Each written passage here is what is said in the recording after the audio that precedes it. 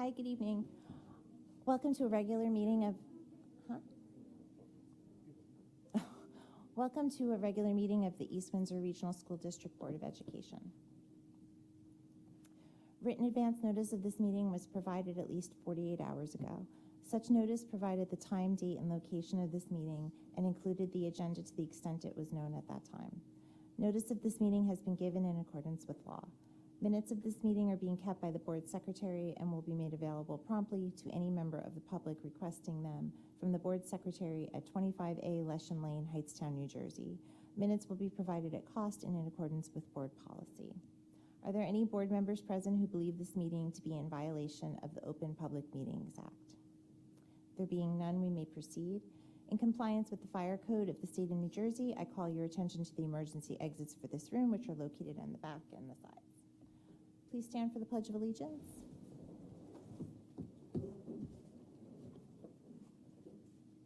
I pledge allegiance to the flag of the United States of America and to the republic for which it stands, one nation, under God, indivisible, with liberty and justice for all.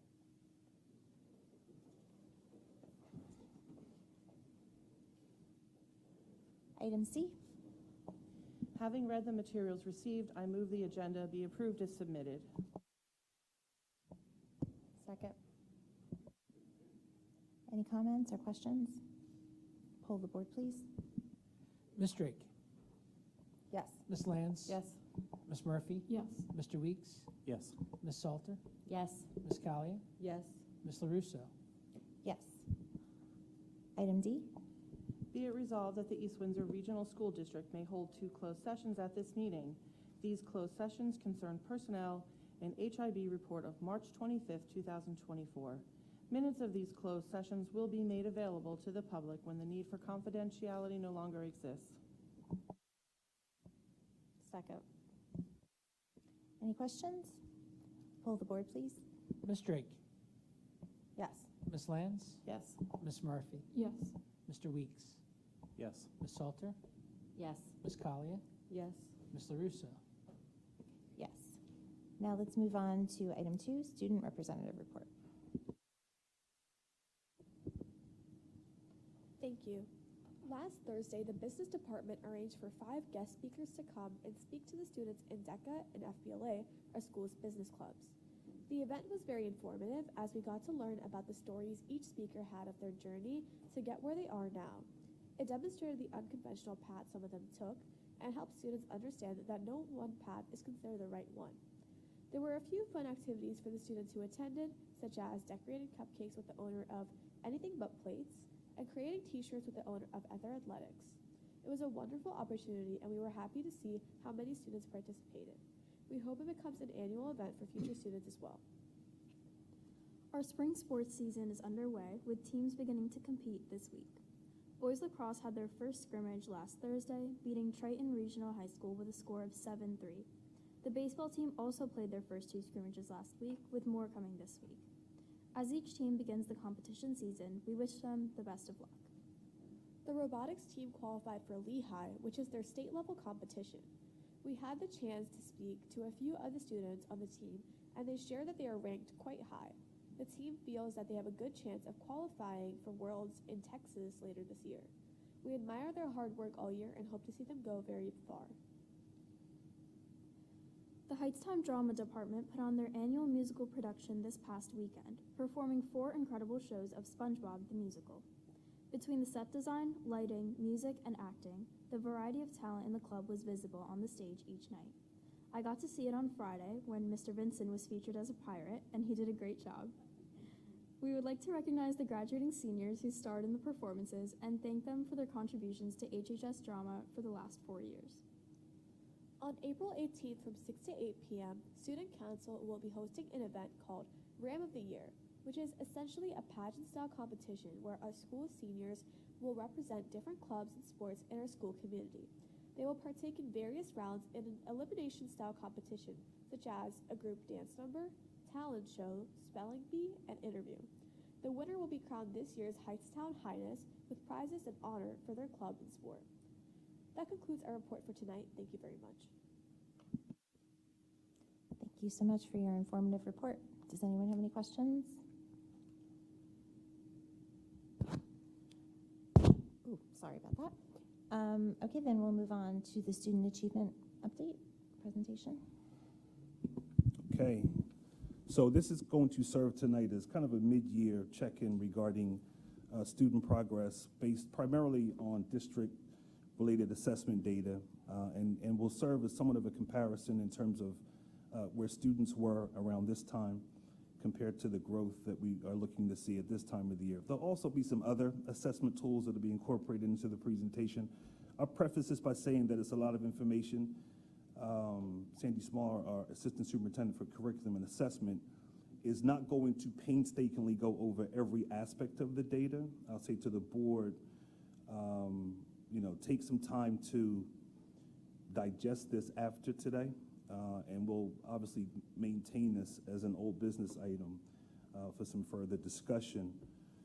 I'd also say that in terms of a process standpoint, if the board could just take notes and then wait until the end of the presentation for questions, I think that's probably a more effective or efficient way, at least in terms of addressing some immediate questions that may surface tonight. So with that said, I'm going to turn things over to Ms. Small. I'm going to put the presentation up on the screen. Bear with me. Okay, so as Mark's putting it up, so sort of like what we went through doing is we're going to go through a K2, 3, 5, 6, 8, 9, 12. And then at the end, in the appendix, because there's going to be a lot to digest, we just placed in what each supervisor is doing with each level in order to help support how teachers are receiving the data, how the teachers are using the data, and the supports that we're given to both struggling learners as well as advancing learners. So all that will be in the appendix, so I'm not going to go through that one tonight. So that might be something that you're going to have to look through and at a later point come and ask any questions, because there's going to be a lot of information in there. Good.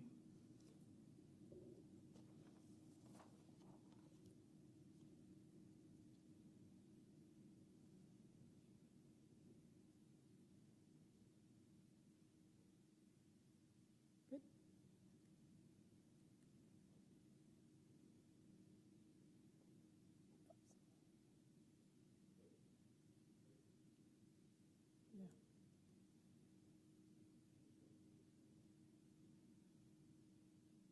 Let's check again.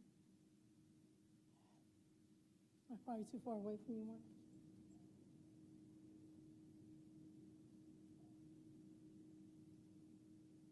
Oh, right there it goes. I got you. Yep. Okay.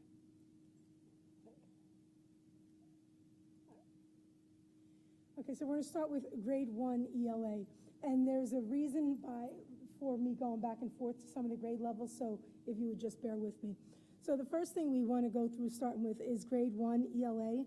And what you'll notice is that we're looking at their running records, as well as EL stands for early literacy, which is what our K1 students take, and some of our second grade students. And then what we go through is we're looking at, for the most part, the two columns that are closer to the right, the September and December scale scores. And if you go through and try to compare May, which is last year's, to September, December, and March, that's how we're going to look to see whether or not we see any type of a growth. And where you see that pinkish box at the 645 to 643, that's an area of concern, because when we look at that from December until March, we are not seeing growth, and we're actually seeing a little bit of regression in there. But what you will notice is in most areas, you're going to see a definite growth between May and December and May and March. That's where we really want to look at, because oftentimes, most of you have heard us over and over again talking about the summer slide.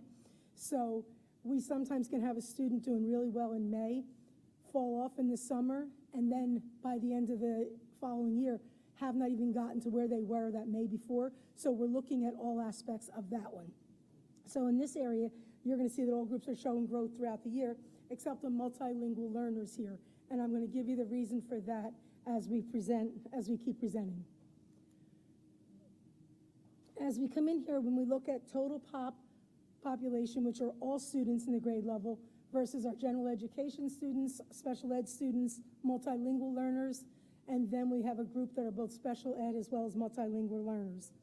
What you're going to notice in here is that the phonemic awareness is going along pretty well throughout the year, which is exactly how we want to go through our students moving. What you will see is in sentence level comprehension, you're going to see the summer slide hit those students a lot there. But what you will see very nicely is they were able to pick that up fairly well and progressing through December as well as in March.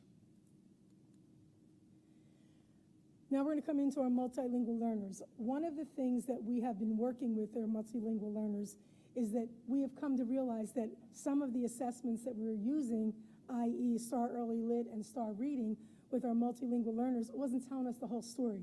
So we've started making sure that we are testing students in their L1, and that's going to let us know, do they have a foundational literacy in their own language in order for us to be able to bridge. So what you're going to see here in both kindergarten and first grade is that from May till, especially in first grade, you're going to look at from May till October, which is when the first time the kindergarten is testing in there. You will have seen grade 1 have a summer slide from 608 to 577, but you will see the growth happening in January and March. So although our students who are multilingual learners in those levels are not making grade level expectations, we are seeing growth. And when we're seeing the growth in their L1, it makes it a lot easier for us to be able to transition and bridge over to their L2. We're going to go into our Math 1-2. And if we go into math grades 1-2, what we're going to see is that you have a nice growth throughout here. Again, if you're going to look at the scale score May, September, December, March, you're going to see a nice trend in all populations that they are increasing. You'll see a summer slide a little bit in September, as we expect, and then moving forward in here. One of the things that I thought was interesting when I looked through this is it's not just, sometimes we say, well, why are kids not accelerating? Those last 3 columns really are detrimental for our students, and our teachers really struggle with how do we help our students if they're not present in front of us. So as you're looking at this, out of 396 students in grade 2, 215 of them have missed 5 or more days.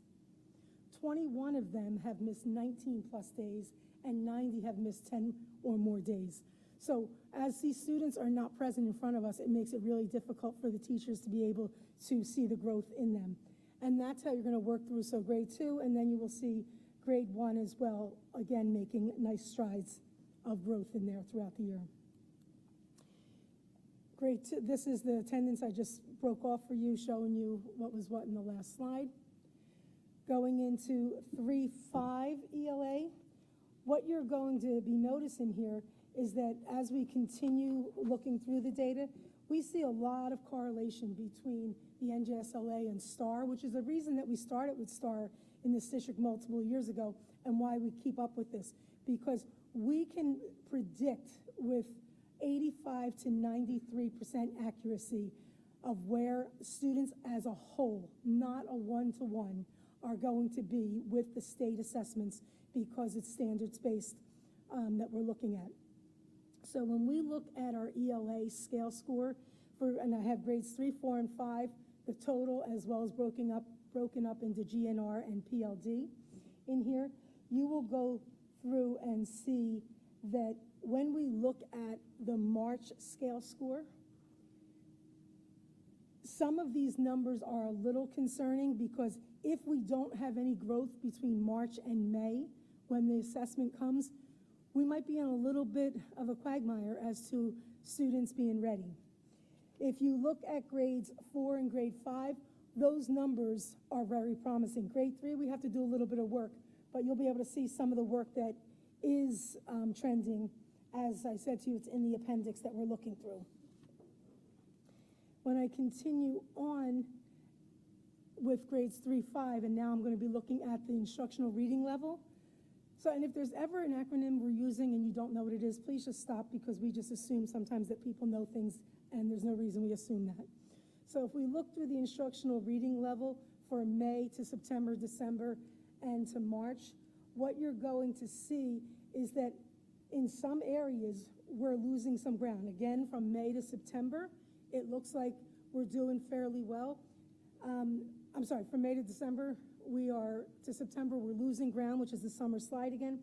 And if you just follow through with the total for grade 3, you will see we have 2.5, falls down to a 2.1, comes back to the 2.5, which is bringing back that summer loss, to a 2.9. So you're seeing that we have growth, but when you see that 37.4% that are at or above instructional reading level, which is grade level, you're going to see that falls below where they were last May with 47.7%. So though there's growth, it's what we're going to say is not adequate growth in there in order to keep up to where they need to be. So that's the avenue. So when you see sometimes it looks like it's a discrepancy, it's because they are growing, but they're not growing to the level that of expectation. This slide, the next slide here, is pretty busy, so I'm going to try and see if I can go through. So what I tried to go through is looking at March, where we were last year at March of 23, to where we are this year, March of 24, because then we can see, and again, this is going to be apples to oranges, but at least you can see where we were. If you look at grade 3 of last year, you will see the total was 41.7% of our students were at or above level, whereas we're at 38.6%, which is pretty comparable. There's no concerns that are so alarming that we're worried about. In PLD, we see a little bit of a slide, something that we have to look at. And again, you'll see some of the things that are taking place to be able to help rectify this. If you look at GNR in grade 3, you're going to see a little bit of a jump, which is nice, from a 38.2 to a 41. And then if you look at the Gen Ed students in GNR, went from a 54 to a 61.5%, which is a nice jump for us as well. Then as we transition to grades 4 and 5 math, and again comparing the NJSLA to the STAR data, what you're looking at here, and everything I'm presenting, I did pieces of each grade level. We can compare this for every grade level, but it would have gotten more than 2 hours worth of time in here. So what you're seeing here for the total of grade 4, if we look at the end of last year, which is May, versus last year's NJSLA, the correlation is pretty strong. And again, it's not 1-to-1, but the correlations are pretty strong.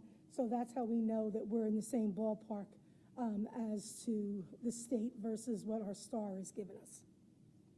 So this helps us to predict how our students will perform so that we know the areas that we need to be able to help support in.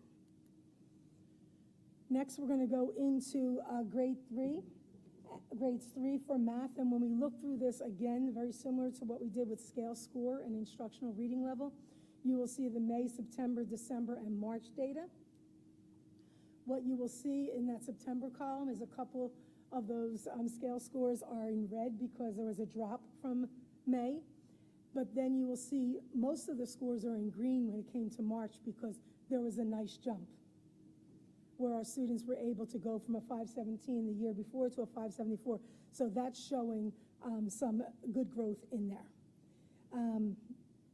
The one area that, as we're looking on here, the number of students, if you look at PLD, I have an asterisk right next to 493. So it looks like we dropped dramatically from 493 to 401, and we never picked up. The reason for that is that there were 18 fewer students in the special ed world that did not test in May, that tested in those 3 other windows. So it was a little bit comparing 2 different realms of students, if you will. I don't know if that makes sense too. So there is a reason that number, it's not that it's like alarming that the kids were all going. There are 18 additional students that had tested for the September, December, and March testing windows. Proceeding to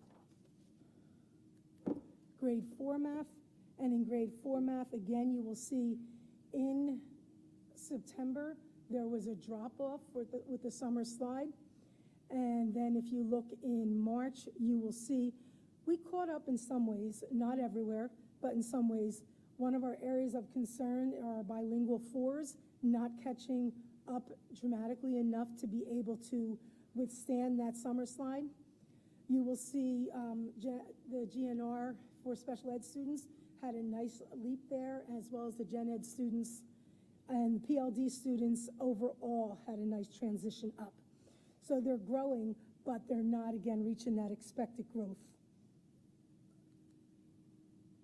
Then if we go over to grade 5, we're going to say the same story. So again, you're seeing growth, but it's not the accelerated or expected growth that we're seeing. So again, if you look at grade 5 at the total, we go from a 664 average to a 719, which shows growth. But we're dropping from 32% of our students meeting the grade level expectation to 25% of them that are meeting them. And again, we still have 3 months of learning, so being able to catch that up from May to March, that is still a possibility. But that's where we come up with those red flags. What are we going to do to help support those students? Now we'll go over to middle school for 6th grade.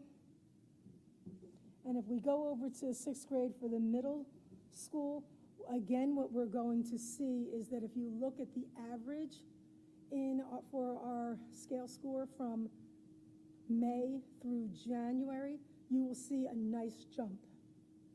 What you will see is, again, what we saw in the K-5 world, that the percentage of students that are meeting or exceeded has not yet met that, and that's twofold. One is, again, with 3 months of learning left, that some of this is promising that the 3 months is going to pull this up, but also us having this data allows us to provide interventions that are going on now, which again will be in the appendix for you to look through. If we stay with 6th grade and we look at now the instructional reading level, when we look at our instructional reading level, and you will see there's a little bit of a difference between the scale score and the instructional reading level. If we look at our total population for grade 6, you will see that there were only 38.5% of our students at the end of 5th grade who were on or above grade level. Currently in January, there were 44.9% of our students. And I have to say something because if you hear me say 2 different dates, middle school test in January, the K-5 world test in March. So when those 2 dates, that's why you'll see a difference in there. So you will see that there's some growth that has happened in the 6th grade students with coming up to grade level. But if you remember, if you go back to where the scale scores were, the number of students that are at or above doesn't say the same story as the instructional reading level does. So even though our students are meeting, there could be a big disconnect between our highs and lows for those of you who are looking at those numbers. And you will see that our general ed students have increased, our ICS students have increased, as well as the total population when it comes to the percentage of students that are at or above instructional reading level in 6th grade. Going into 7th grade, what you will see, again, if we continue this growth with, again, that 44 and 61 that I've pointed to on this slide, you will see we're not that far away from where we were. We just have to make sure that we are continuing giving our students the opportunities for growth throughout these next 3 months so they can meet grade level expectations. But if you look at the May, September, and January scale scores, you will see that is rising at a nice pace on that. And I'm sorry, there is one thing I wanted to go back to with the instructional reading level in grade 6. I apologize. What you will also see here is that between that 38.5 and the 44.9, we've gained more than 6% of our 6th grade in that growth at or above level there. If we go over to grade 7 instructional reading level, you'll see that we have a jump, but not as dramatic as we did in 6th grade. So though we had 36.5% at or above level by the end of 6th grade last year, we're at a 39.6% at or above level in January. And again, that's halfway through our year. And if you look at all of the levels, if you will, our ELA 7 comprehension, our ELA 7, which are gen ed students, the ICS students and OCR students, and then toward the bottom are SEI students, which are our multilingual learners. And we actually have those broken up by levels 1, 2, 3, 4, because we do see that they're going to excel at different rates. So that's why you will see that there. So if you actually look at the SEI 7 students, level 4, you're seeing at this point that we have a group of students that are moving into the approaching and meeting or exceeding expectation. The difference that we have with our multilingual learners versus our students who are homegrown is because we have a lot of data to be able to say longitudinal. We don't always have the data as our students are coming in for the first year or second year, so it makes it a little bit more difficult for us to see what the trends are for them. When we move, sorry, I just realized, just give me the high sign if I'm not on the right slide, guys. I'm so sorry. I just realized I hadn't moved the slides, and I know some of you are looking at your computers, which is great.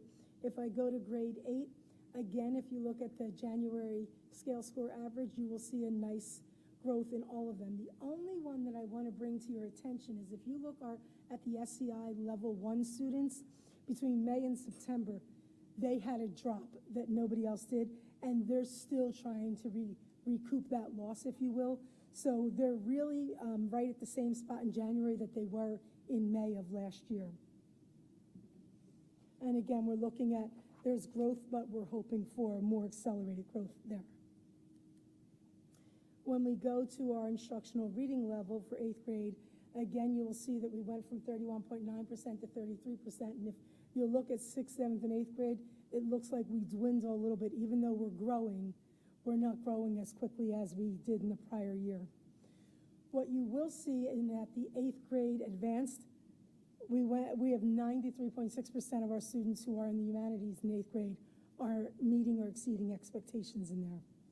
And you'll continue to see that trend in there. So our on-level and struggling students, again, they're showing growth, but it's not at the accelerated level that we need to be able to make up some time, if you will. Then we go into our grade 6 math. As we go into our grade 6 math, and I will say straight up for our grade 6, 7th, and 8th grade math, we struggled, we have struggled, we are continuing to struggle here.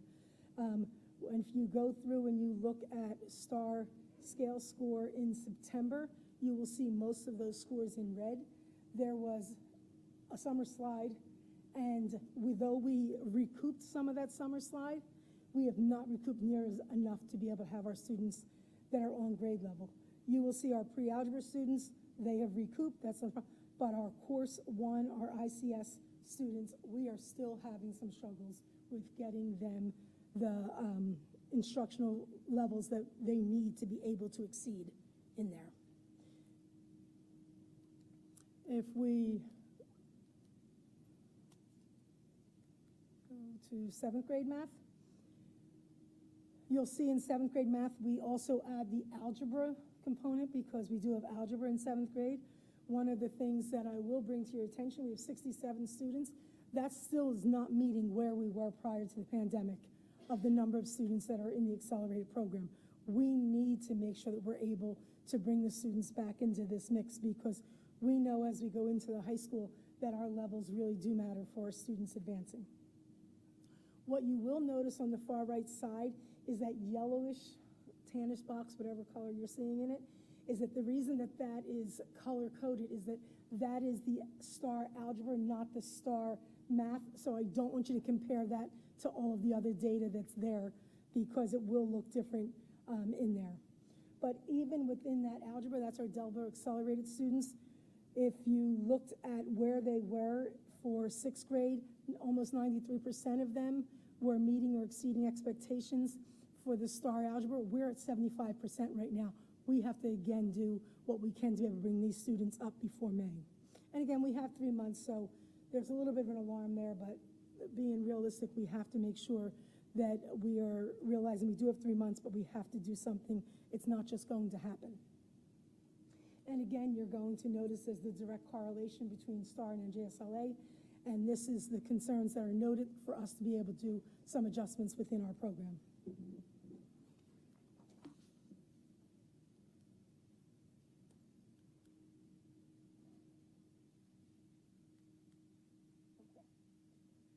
Going into grade 8, again, that's the same thing that tan thing says, is that that's the algebra students in 8th grade, and then the grayish is our geometry, and there was really no comparison for you. That's why that is grayed out there. But again, if you look at this data, our course 3 students continue, our course 1, course 2, course 3 continue to be our cause of concern, that we are not growing our on-level student as quickly as we need to be able to give them what they need for success. Okay, we're going to transition to the high school. And there are a lot of data points that I'm going to be looking at in the high school. I'm going to start with grade 9. And with grade 9, the very first slide that I bring up is our STAR scale score from May till January. And again, that's to be able to see where were they at the end of last year and where are we now. You will see again with January is going to give us for the middle school and high school, we have halfway through the year. We were at the end of 8th grade, 36% of our students were meeting or exceeding grade level expectations.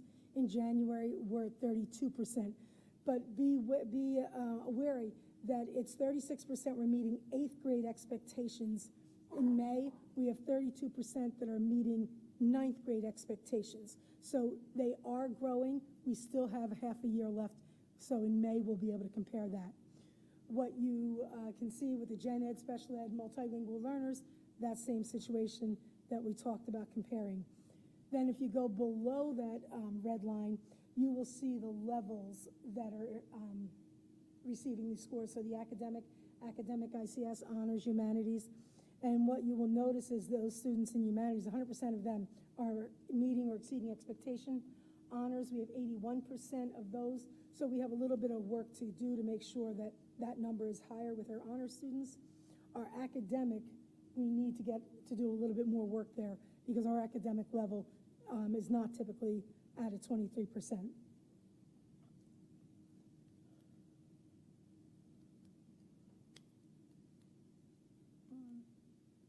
And then if we look at grade 9 IRL, and again, because there are a lot of numbers, I tried to color code it to make it a little bit easier for you to look through. So if we just stick with the grade 9 general education total students, you will see that in May they had a 7.7 IRL to an 8.1 to an 8.3. So they are growing, but they're still not meeting grade level expectations as an overall.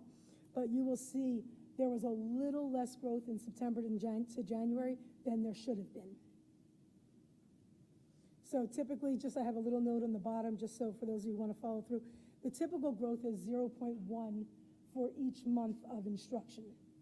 So as you'll see that between 4 months, between September and January, we should have had more growth within that. We only have 2 months of growth that are being shown.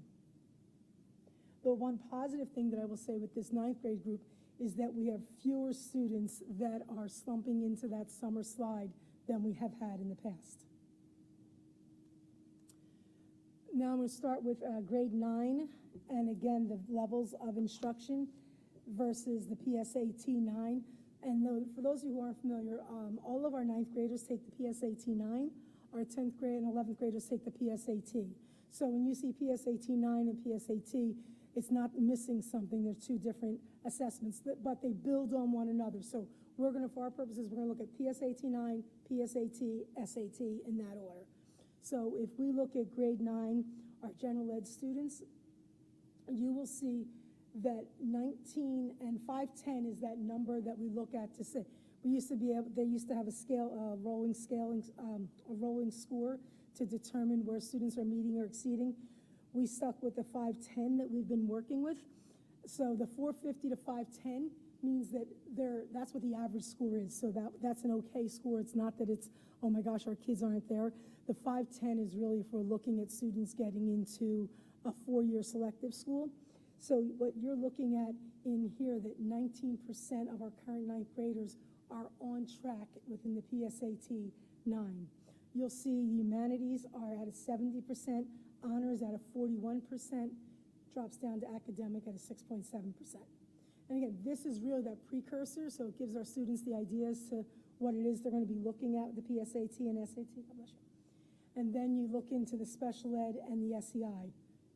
So we know we have some work to be able to help support our students on this. Then as we go through and look at our 10th grade,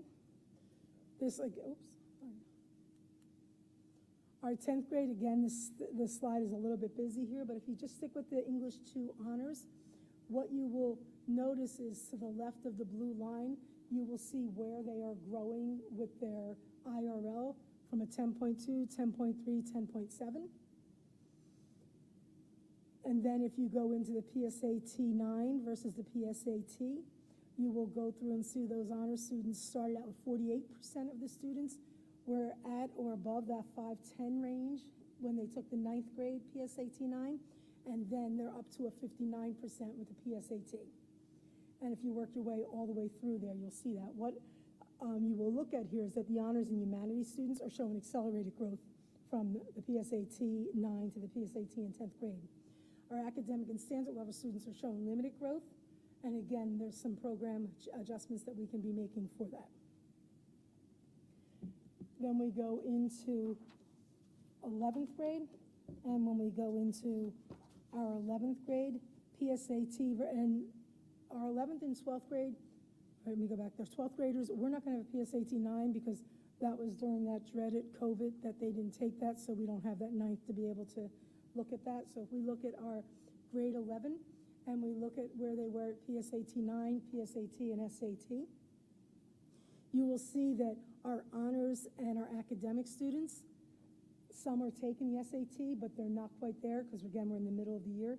So if I just stick to the honor students, that there are 71 of those students that went from a 9.9 to a 10.3, and they've tapered off to 10.3. We are working through as to why some of those things are happening, with the 10.3 staying stationary on there. But if you look at our PSAT 9, those honor students went from a 28%, jumped up to a 61% in PSAT, and then a little bit hard to say that it's the same exact thing because it went from 71 students taking it to 31 students, but those 31 students who took the SAT, 84% of them have the 510 or better score in there. And not all of the 11th grade students are on this slide because some of them are in AP or in dual enrollment, and that's going to be on another slide coming up, which is right now. So if we look at our grade 12 and some of our 11th grade students who are taking AP and dual enrollment, they will be part of this slide. So again, if you look at the color coding, you will look at the English 4 honors. They did not take the STAR test in January, as once our students had reached that 10.9 or 12.9 for 2 consecutive times, they no longer test because they really have reached the max score, the ceiling, if you will, for STAR.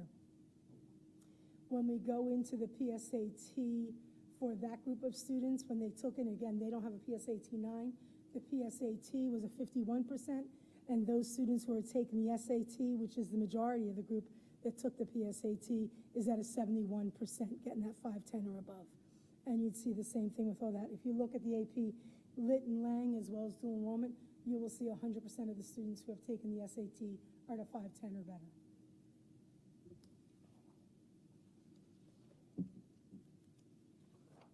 And now I'm going into math in the high school. So just as a reminder, when it comes to the math, English 9, 10, 11, 12 are grade level bands. Math is not grade level band. Algebra 1 has students that are 9th graders and students that are 12th graders in there. So I can't talk about the grade levels. I have to talk about courses when it comes to the math. So the students that are in Algebra 1 honors really are our first-time honor students in the high school. Remember that we will have had a group in 9th grade that are in Algebra 2 already, as well as a group that are in geometry that are double accelerated and accelerated. So this group of Algebra 1 honor students really is not the top of the 9th grade when it comes to math. We have those other 2 levels in there. So if you also look at the scale score between September and January, you will see some growth that's happening there. But when we take the PSAT 9, our Algebra 1 students are struggling, unlike the English 9 students. So we're working through on some of that. When we go into the Algebra 2, what you will notice is I'd like to say to you that, hey, we're talking about apples to oranges, but when you see 30 students fewer taking the PSAT than took the PSAT 9. I'm not going to tell you there's a cause for alarm between the 32% and 13%, because those 30 students that caused that 31.6% to rise might be those same students who did not yet take the PSAT.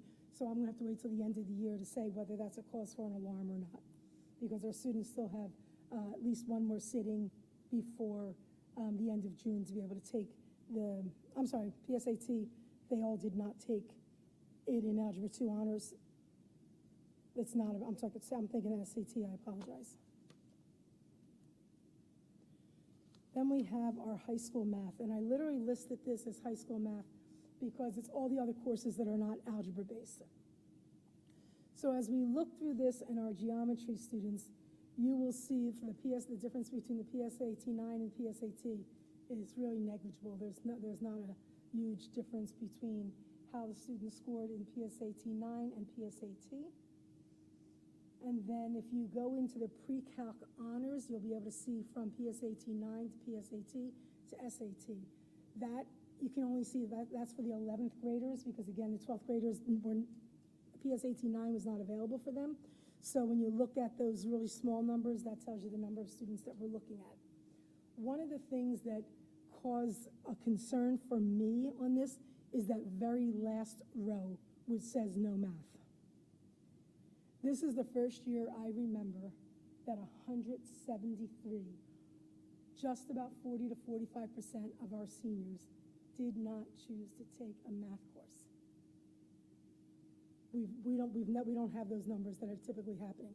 So when I look at that and I say we had that many of those students who did not choose to take a fourth-year math course, only 43% of them had a 510 or better on their SAT.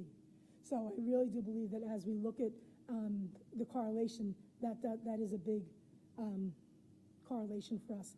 So we've got to do a better job with explaining to students that are looking at going to selective colleges the rationale behind that fourth year. And I just threw a whole lot at you. The appendix, this tells you with everything, that all the different levels of supports that are happening in our appendix. And with that, I will be quiet, and Mark, I don't know how you want to go with questions.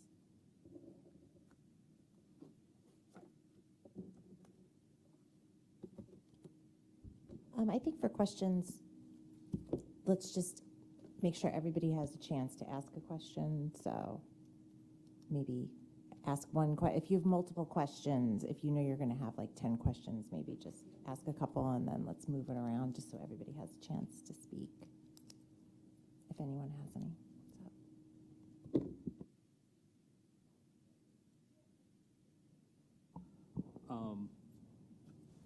My one question is, there's no comparison to the state in this that Mike, my apologies. Whenever I talked about the NJSLA, that's the state. So the NJSLA the basis for the state. Comparison to the scale score. Okay. That's what I was referring to. How are we trending this time last year to the state? So I'd have to go back and pull so in some areas we are on par. In some areas we're a little bit below. So that's where when I looked at I went through, this is where it becomes hard when I don't have my pointer to be able to go back and forth. When you go through and look at some of our areas that we're saying that this is where we were in May, here's where we are in March. We have 3 months, or March or January, we have 3 to 4 months to be able to give some supports. And in all levels, you will see that there are supports that are happening for both our struggling learners as well as our advancing learners, because even our students who are just on the cusp of going to that next level, we're trying to provide supports there as well so that we keep on moving.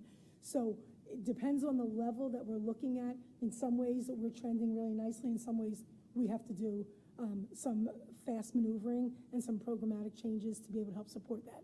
So I will tell you, if you look at the 6-7 math, that was that cause of concern that we talked about in course 1 and course 2. Some of our ELA in in elementary math, we look like we were trending nicely. But again, it's kind of a little bit harder to compare because it's May to March, but at least we know the trend that we're looking at there.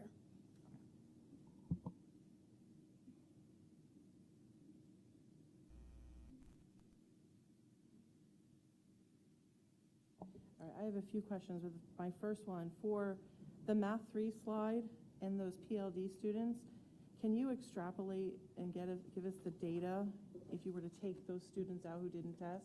Tell me where you're looking at, Tina, I'm so sorry.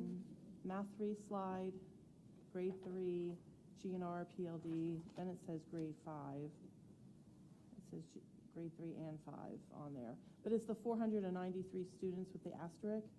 Oh, I see. Oh, so, Can you, this data is based so what I on the will say to number you. 493.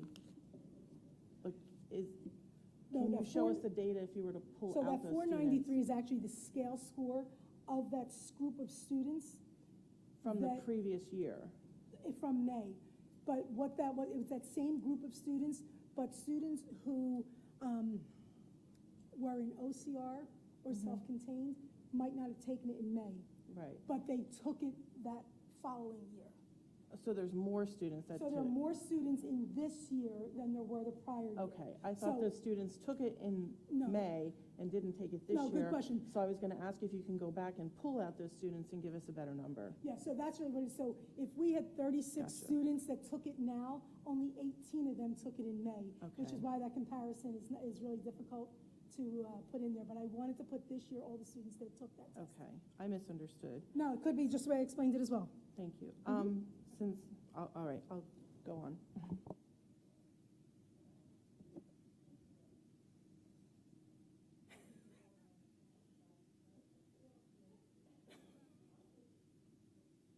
My questions have to do with, so the last time we had this, the numbers are great, and whether they're going up, or I guess I'm wondering what's working and what's not working based on some of the supports that you're talking about sort of in your appendix. So, I have sort of a list. There are tutors, there was PSYOP training, there were eating protocols, Lexia Power Up, more data analysis or different data analysis. There was some restructuring of, to make a realignment of curriculum at the high school. So I guess, and I don't know if you want to do that here or at a different time, like what's working and what do we need to tweak?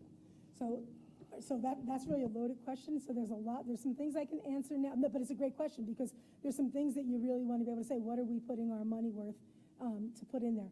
So I will tell you that if you look in the K-5, some of the things that we have put in, because it's easier to compare the K-5 when we're talking about our Lexia, when we're talking about the tutors that are in the morning and after school, things like that.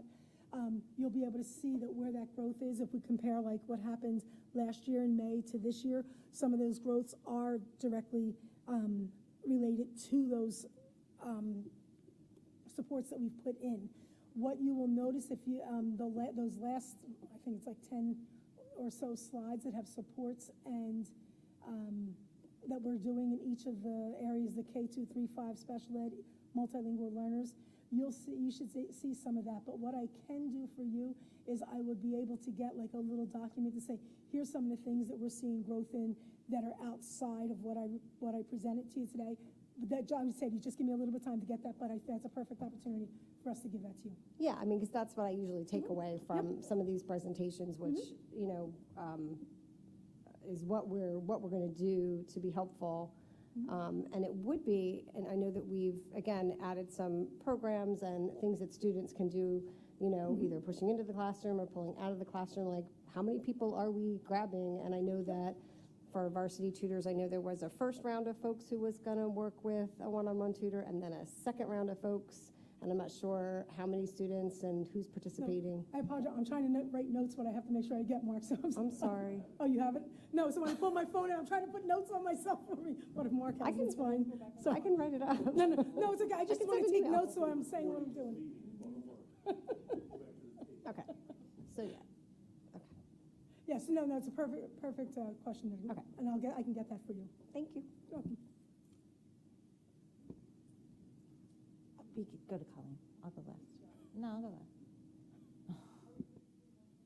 Well, if you have like 20 questions, then no. I think maybe what would be helpful, at least for me, is if you can summarize in like a sentence or two your main takeaways from what we just saw. So I'm gonna tell you, it's probably a little unfair on my end of what I'm gonna say, because I expect things to work. So when they don't work, that's gonna be the first thing that I'm gonna say. So I will tell you things that I'm concerned about. So it's, for me, it's really much more difficult for me to tell you, hey, all these things are great, because they should be great. That's really what we're going through. So what I will tell you, some of my takeaways of concerns are those areas that, as Jenna talked about, we've put some things into place and they're not working, and we have to readjust again. So those are sometimes those frustrations that, okay, you tried this, that didn't work. Now we tried this isn't working. One of the things that I'm trying to find out is if this is working for this group of students, we don't want to throw it out. We have to find an alternative for this group of students that it's not working for. And I think oftentimes what we do is say, this isn't working for everybody, so let's throw this out and try something new. We talk about differentiation a lot. We have to be much more mindful that some of the supports that we put in are, this group of students is going to work this support, this group of students might need a different support. So I think we have to do better with that. So some of the supports that we have brought in really are working for some students. We just have to make sure that we are looking for supports that for different groups of students, depending on what that is, if that makes sense.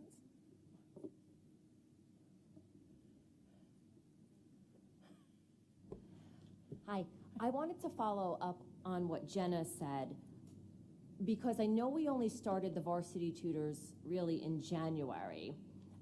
If we could get the number of students, I know that we were identifying one group. I'm curious as to how many of those identified students in that one first group actually accepted the help and have mainly the varsity tutors extracted, that data extracted, so that we can see if it is being effective, since we're paying. So, because I can answer, I can get that exact number for you. As to how many accepted, I'm going to tell you it was not what we had hoped for. Right, well, that's my concern. And the second part, the inconsistency that students have been showing up, really, like, I actually gave Mark some data probably a couple weeks ago, that it's really hard to see if it's working or it's not for many students. Like, when I see a student that has gone 13 times and hasn't grown in any which way, then I'm like, this isn't working. It goes back to that strategy that maybe this isn't working for this student. But when I see a student that has had 13 lessons and only showed up for one, I can't tell you if it's working or not. But I can definitely get that data as to how many we invited, how many have come in, and all that, because I have all that together already. Great, that would be very helpful.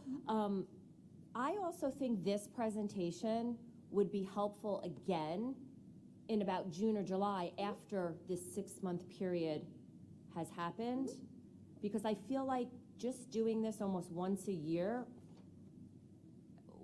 I feel like it's not effective. We do it again in October, Karen, because that's part of what the state mandates us to do. But doing something in August to say, here's where we are at the end of the year, and here's where we're moving forward. Yeah, because I feel like we need to move it, like, pivot quicker, because I'm just concerned about the timeline. And is there a way to put the STAR scores for each student in the portal? Because I think parents, I have not seen my students' STAR score probably since elementary school, and I just feel like parents should be able to be notified of what their STAR score is and be able to trend it. So one of the things we have been talking about, Karen, is there is a parent portal with Renaissance that we can open up. We just have to do some education with parents, because sometimes parents see, oh, my child's at a 9.5 level and my child's in 7th grade. Oh my gosh, I don't have to do anything more about reading. When reality is, unless people understand what that 9.5 means, it's not all roses and all that. It means that they're equal to 50% of those students who are in 9th grade. And for those of you who know what the 50th percentile for that 9th grader, you may or may not be thinking that's a great thing, but it's for your student is at that point. So some training we have to do in order to get that out there, but there's not a reason that we would not be able to turn it on. We just have to do some training. I completely agree in the education. I also just think that you could see, even not necessarily the number, but the progress. The longitudinal. Yes. I don't know if we can actually get it in Genesis or not, where we'd be able to put that, but we can look through something like that. I'm not gonna say we can or we can't, I'd have to look through that. Okay, thanks. Just to jump in on a follow-up to Please go. Karen's, are they not mailed home still? Like No, they haven't been mailed home in the Star? the Star. Okay, I guess I just asked for it. Yeah, like everybody, any teacher would be able to talk to you about it and give you the report and all that, but yeah, we don't mail them home. Mhm.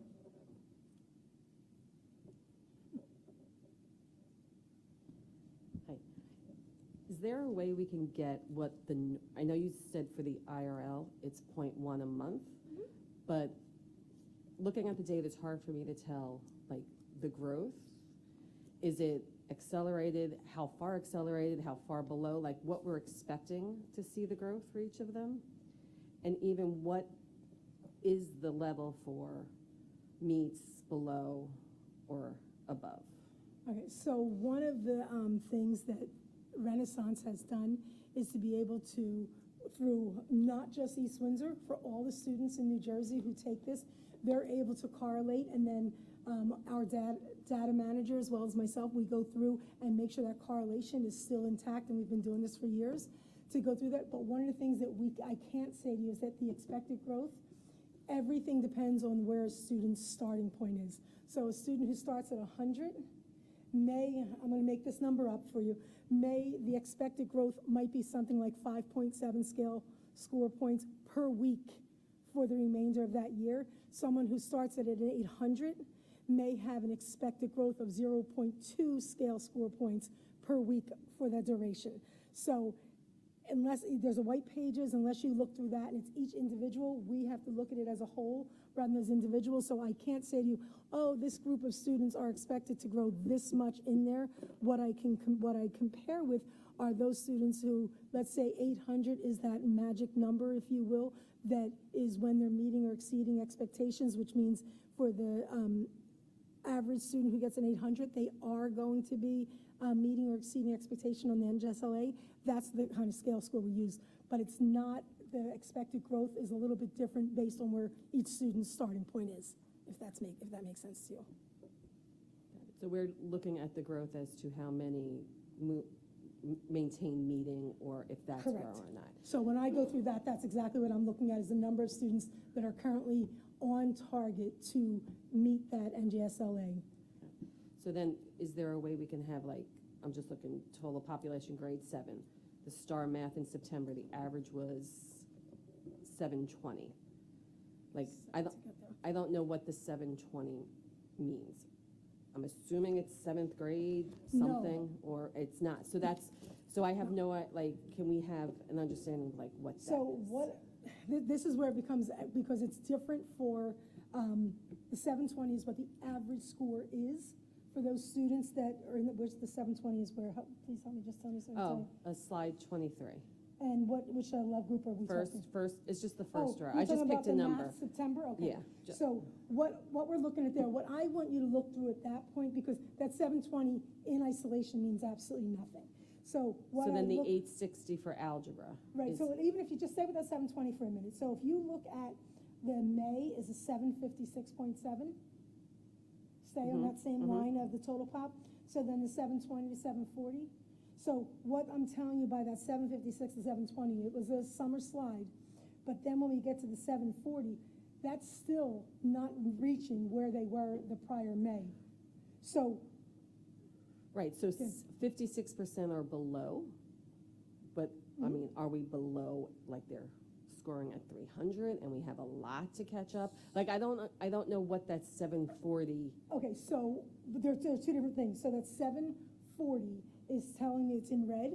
That is telling me that those students are far below the expected value, which is where you have 56% of those and students. I guess that's what the expected value, so what is, So in this, I would have to go through and just pull up. and that I'm not part. expecting you to know right now, I'm saying, is there a way that we can have that, so we know, okay, our average is 740, Yes, oh, but yes, we're I could say to you expecting, that this number is what the average seventh grader, or in this, the seventh grader needs to get in order to be meeting that. Yes. Meeting, right, So what I that's- can actually do on each of these, and I did it for the IRL for some of them, I can actually put that number in a smaller thing for you to be able to say, this is what the average. That doesn't mean that we want every kid meeting that, because we want them exceeding that, but yeah, absolutely, for the average, because it does tell us, like, if you actually look through, any of our data, you'll see that we have them as far below, approaching, meeting, and exceeding. So we have that broken down, which those numbers can very right, easily go through. And then for the PSAT and the SAT, we're looking at that number of 510, but the PSATs are out of 1520 and the SATs are out of 1600. So I would think we'd want the SAT to be higher than the 510. So the writing piece is never part of, so we're not looking at the writing piece, we're only looking at the reading piece on here. There's a because writing on the SAT? You have, for the PSA, for what we're comparing is the PSAT and SAT. We're still, for these numbers, we're still looking at that 1600. So the PSAT this is goes the up to reading- 1600? No. Oh. So the PSAT goes from, Lauren, where am I? Up to 510 to 1600. What's the PSAT?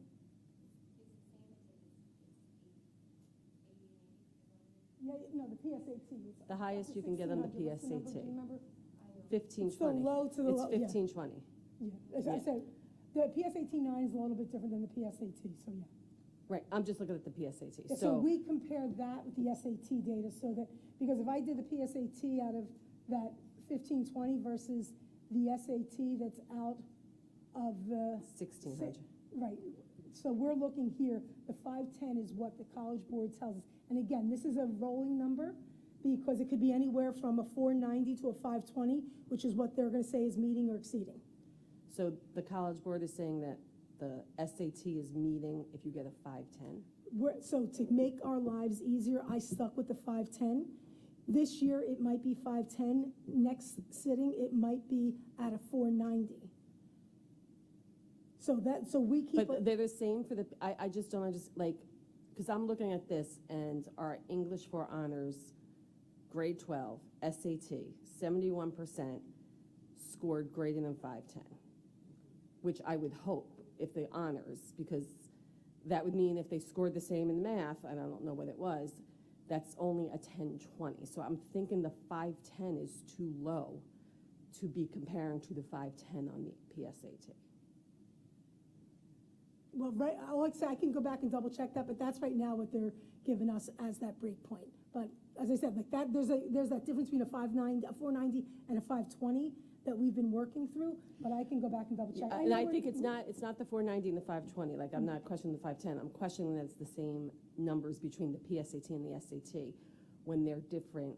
The PSAT only goes up to 520 and the SAT goes up to 1600.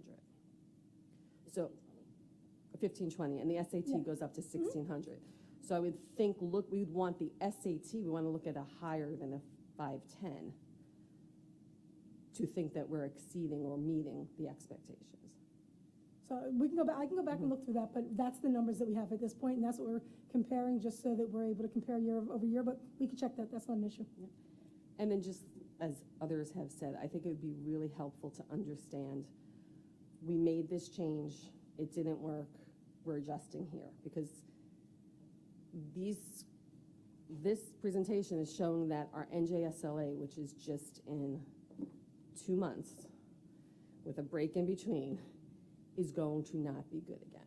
So Yeah, and we, as I said, like, if you look at those appendices, you will see that the supports that have been in place, some of them have been in place since September, some were in November, some have started in January, some of them, due to some circumstances, started a couple weeks ago on there. So the supports are in place. It's simply a matter, I think, is like Colleen was saying, is like sometimes they're working and sometimes they're not, and we have to adjust as it moves on there. So I haven't read through it, but support for struggling learners for special ed grades 6 to 12, providing modification and accommodations for students. That's not telling me anything that we did and how it's impacting Well, the scores. that's what Jenna asked, so I said that I would provide. And that's right, and that's even really general. Like we should be providing that for all of our special ed students, modifications and accommodations. And just my last question, and I know you won't have the answer to this, it's really concerning that so many seniors are not taking math. I agree. And if we could dig into why that is, because that's concerning. That's all. Thank you. That was actually my question, was about the 173 seniors who chose not to take math. Just if we know, are these students who took the SAT, are they going to college? Are counselors pushing for a fourth year? Or maybe could we just survey them to say, why didn't you take? I mean, I have an idea if you did not have a good math experience and you've met your requirements. One of the things I did notice going through the data, though, we have several of our students who are taking AP and dual enrollment English who are not taking a math, and that was surprising to me. That was me. I did not take a fourth year math, and if you want to survey me, I don't like math, and that's why. And if I were in school now, I know the trajectory is even more now. So it's not, now it's like, is it geometry is kind of the standard to take as a freshman? No, the standard, so it's traditional is Algebra 1, Geometry, Algebra 2. Then we have the one acceleration is the Geometry, Algebra 2 pre-calc, and then the double accelerated would be Algebra 2 pre-calc and calc.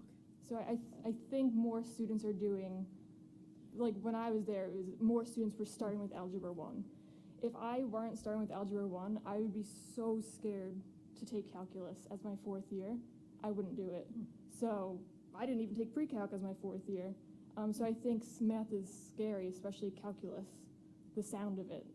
So that's one survey here. Do you have another question? Oh, no, I agree with you. Okay. I would be scared too to take that, Yeah. but I'm just We just have to have a curious. math course to make you guys understand. It's not really scary. It's If just you're not matter a of math what's person, it's presented to really you. scary. If you're not super great in math and you struggled in Algebra 2, and that was your 11th grade year, I could see where you'd be like, no, I'm done. Yeah.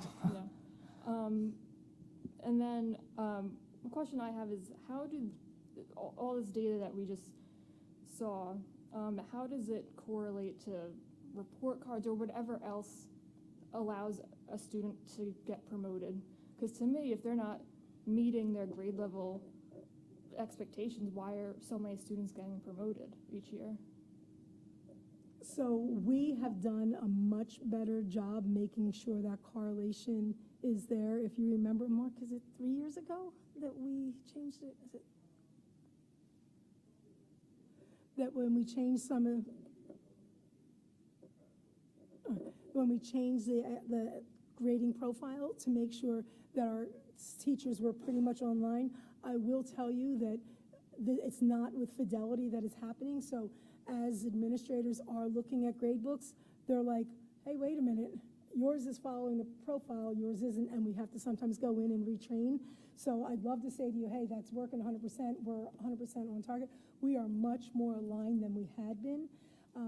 One of the things that we are still seeing is, since the pandemic, there still seems to be this fear of homework, that if our students aren't doing some practices, it's really precluding them from being able to advance some. So we're having some of those conversations to say, like, where is this notion coming from? Some of the teachers are really honest, like, I didn't think I could give homework. So like, where some of those conversations are happening, and that should make some of those, hopefully that's gonna help us. Right, thank you. So when a student is getting promoted, is any of this factored into it, or is it really just your grades from daily school? It's grades from your classroom. One of the things, like, we definitely use this data to be able to make sure the students are in the proper levels, and that goes from grades 6 through 12, K-5, because we're trying to make sure our students are getting what they need. They're like a little bit more homogeneously grouped. So what we are trying to make sure is that if, let's say, Colleen, you have 100 average in math, but when we look at any of your data points that are saying, look, you're just not ready there, we would not want to put you in that advanced level to see you fail. We've got to be able to get some structures in there to give you what you need. So then that becomes that conversation with the teachers to, what's going on here, because the grades aren't matching. And sometimes students may freeze with a state test, but all the other measures that are out here are showing that you can continue. So no one measure does it for us. We look at multiple measures on that. And I guess the last question, you had mentioned, I think 2 or 3 years ago, you recalculated grade books. In those 2 to 3 years, has there been an increase in students getting or not getting promoted? They have an increase in the number of students that have to take summer credit recovery, resources, things like that that we have to go through. We have had those number of students. I can't tell you right now that, hey, the number of students that did not receive credit, I don't know that number, but we have had an increase in the number of students that have had to take courses. Thank you. How does that then impact the summer slide figures? If they're taking summer resources and coming back in and retesting? For some, it helps. For some, it's a matter of getting the credit back. One of the things that we have talked a lot about as a supervisor group is that we have not seen that summer slide stop because they're taking these summer programs, because sometimes they're in these, and I'm talking really the credit recovery courses, not the accelerating courses. They're there to get a grade so that they don't have to take that course next year. They're not necessarily there to learn so that they can build on it. That's one of the things that we've got to try and hit home a little bit more, that this isn't about the I gotcha, and that's why you're here. It's because we're trying to build your skill sets so that you're not back here again next year. And we haven't done that yet. We haven't made those inroads that I'd like to say that it's easy to do, but it's not easy to do.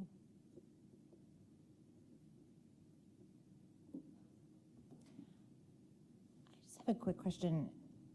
A few years ago, our main focus, there was a lot of focus, maybe not the main focus, but there was a lot of focus on the middle student and what we were doing to support the middle student.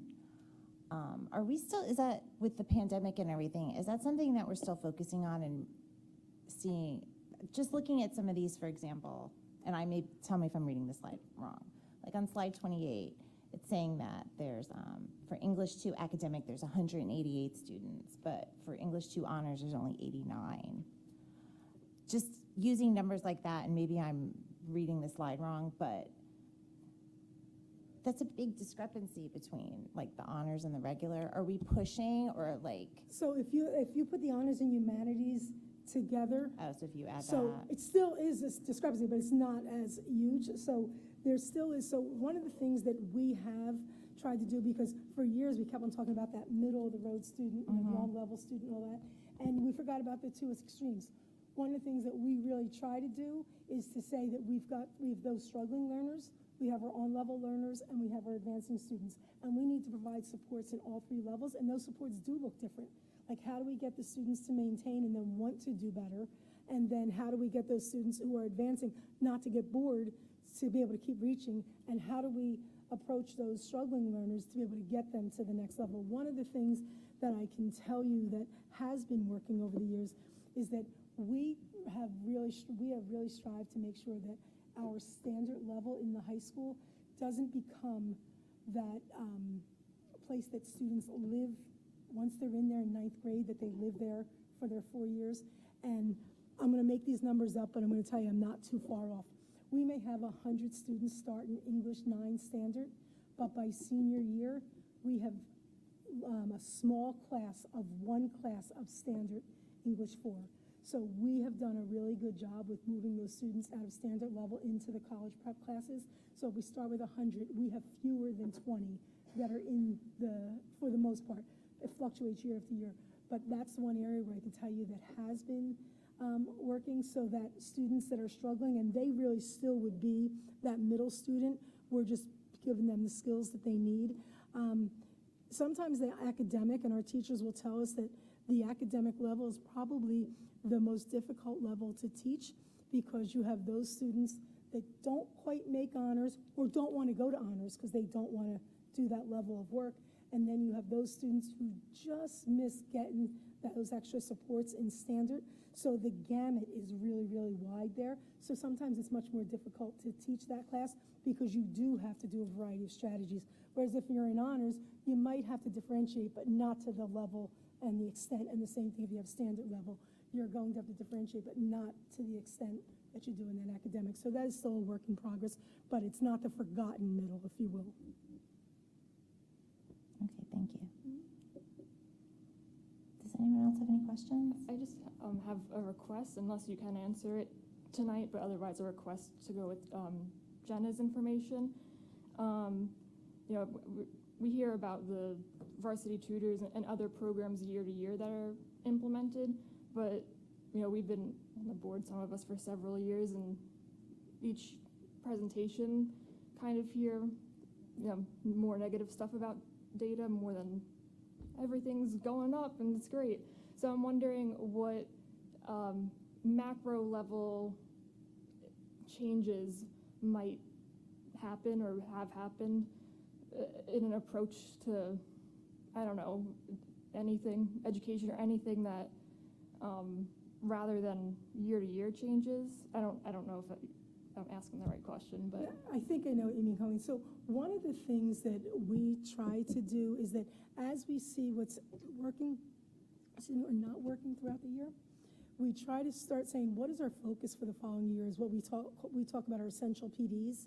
So as we see that there's something that systematically isn't right, we try to say, sometimes it's because, and I'll give you the story, several years back, I sat in a middle school math meeting, and I said, well, you guys all remember, and I looked and said, only 2 of you were here when we did that initiative. So though we assume sometimes that everybody's on the same page as us, just because they're sitting here, they sometimes need that training.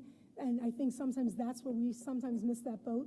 So that's what, when we start seeing that something just isn't working right, we try to make sure that we have what we're calling these essential PDs to be able to set it back on the straight path. Because even if I learned it 10 years ago, maybe I need a refresher within that. So that's some of the things. So, you know, it's funny you said, that's why I become very clear when I say to people, when they say what's working, what's the data tell you, I expect everything to work well. So when I come in to tell you, I'm going to tell you what we're still working on, because those things should happen. And I've got to make sure that I'm bringing out to you some of the things that are really, really well. So I'll say to you, anything that I didn't address as though not work, no, it's working, because it would have came out. In there. Sandy, regarding the grade 6 math, and this has been, you just had a trend over and over, that when our students are hitting middle school and they're struggling in math, I see there's some things on supports, but can you send us some details about things that we've tried or what you think, what is missing? Why are we missing these students in that elementary level support? I will send that to you, because Tina, that is something that I keep on shaking my head, like I don't understand why we're still in that, but I will be able to send to like, to is the this board. a certain skill set that they're missing, like their facts, their math facts, or is it a process? Are they having trouble reading word problems, or is it, like, what is it specifically that we're missing? And Yeah, how so we can do have a address staff that? developer this year that's trying to help us to figure out, pinpoint some of those things in there. But as soon as we get finished all those things, we will absolutely share that, because that is Unfortunately, vital. that stays with them throughout their whole career. Going back to the Algebra 2 slide, you said something about less students are taking the PSAT. I kind of got lost in that whole slide. Because the PSAT is, not PSAT, Algebra 2, the PSA, those students who are honors Algebra 2 for that double accelerated class take the PSAT 9, not the PSAT. Okay. Because it happens during the school year. So if we have 60 students that are taking geometry in 8th grade the following year, they will take the PSAT 9, even though they would be in honors Algebra 2. Okay. That's where it's like the math is a little bit different than the English, because it's not by grade level, it's by the course that you're in. Got it. That's where that difference comes Just in. wanted to clarify, because you Yeah. quickly moved on, and I was kind of still shaking Yep, my that's head. fine. Thank you. Just to follow up on Tina with the math, we've had a lot of changes the past years with math, with the curriculum, with homework and all of that. And The grades seem, they're definitely not getting better. Of some of those changes, were they the wrong things to do? Do we know?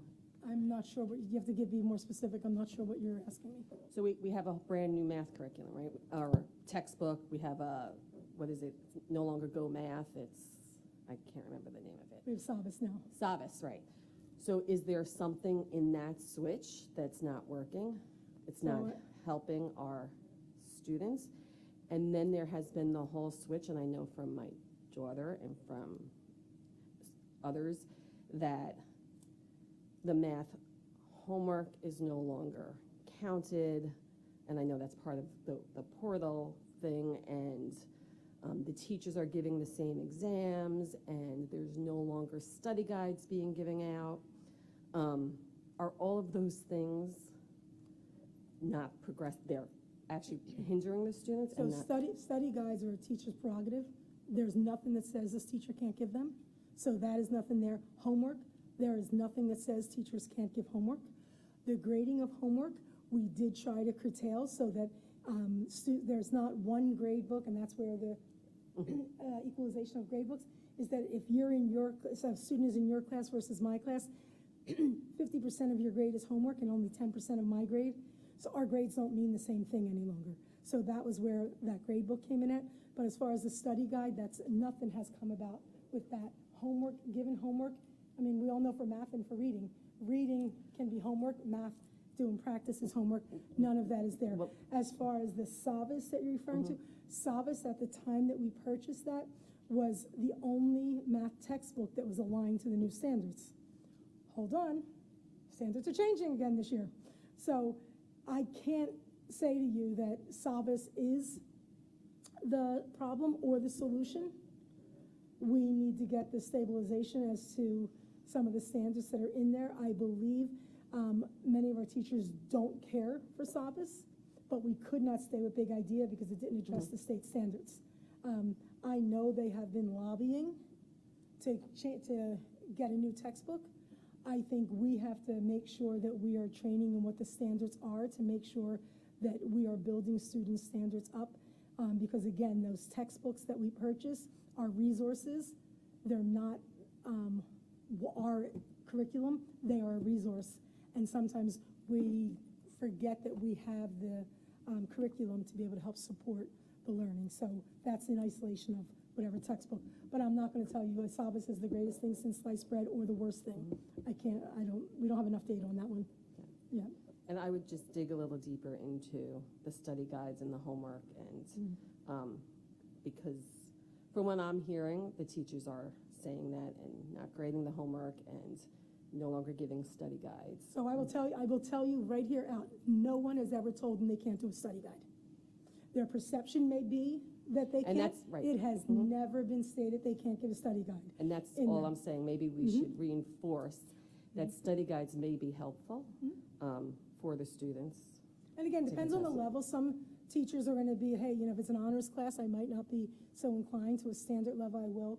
I mean, that's where some of that teacher prerogative has to still come into play with things Yep, like that. But that has absolutely. not been a district initiative saying that study guides are not permitted or must be there. The grading of the homework, we already explained that, so that's definitely something that has been a district initiative. The homework, I attended a PTO meeting at Krebs, and they said homework is not allowed to be given. It's not true. Not true. And this is what fallacy that I shared. There's about 5 homework-free days. Well, several of the parents and then even the principal got up and said that because a lot of the students have they have responsibilities of taking care of their siblings, or they said, and I even recently heard parents say they wish homework could be given. I'm just saying what I went. Mrs. Salter, 100% agree. That's one of the things that I said starting out, is that there is this fallacy that homework is not permitted. That's something that we are trying to work through to say, we're not really sure. We know it came about when the pandemic happened. We absolutely told teachers that September and October that we came back in person, please do not give the students homework. They're trying to make a transition. Somehow that came out to be 3 years later, or still not Right, giving I'm homework. just saying what So was told that at is a work in the progress fall for us. PTO meeting, they were, it was said, and I just think our math numbers are really alarming, and I understand how important the homework is for the practice of the math. And even if the kids, I understand that there's so many different circumstances, so just give, like on completion, not on accuracy, but somehow we need to get these kids to be doing some of the practice at home. No argument for me. Karen, I'm just curious, were those, at the PTO meeting in the fall, like, were those parents saying that they're not allowed to give homework, or were those actual, like, teachers? Well, you want to speak on that? She said it. So when Ms. Salter came to that meeting, I had a lot of parents that asked about, hello everyone, good evening. I had a lot of parents that asked about homework, and so we did talk about the troubles that go along with students getting it done, but it was not that they are not giving homework, it's that a lot of students are coming in the morning then and needing support during academic support. So at no time did I say that we're not giving homework at school, but with kids who are not getting it done at home for various reasons, because we have kids from all walks of life, we're then supporting them in school during the day in the morning or in classes, academic support, things like that. Thank you.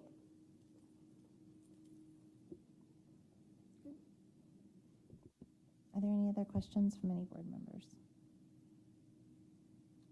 No? Thank you, Sandy. Thank you for the presentation and for gathering all the data. We really appreciate it. And like Mark said, we'll keep this on old business, so if there are questions or if you see something in between meetings, we can bring it up at the next meeting.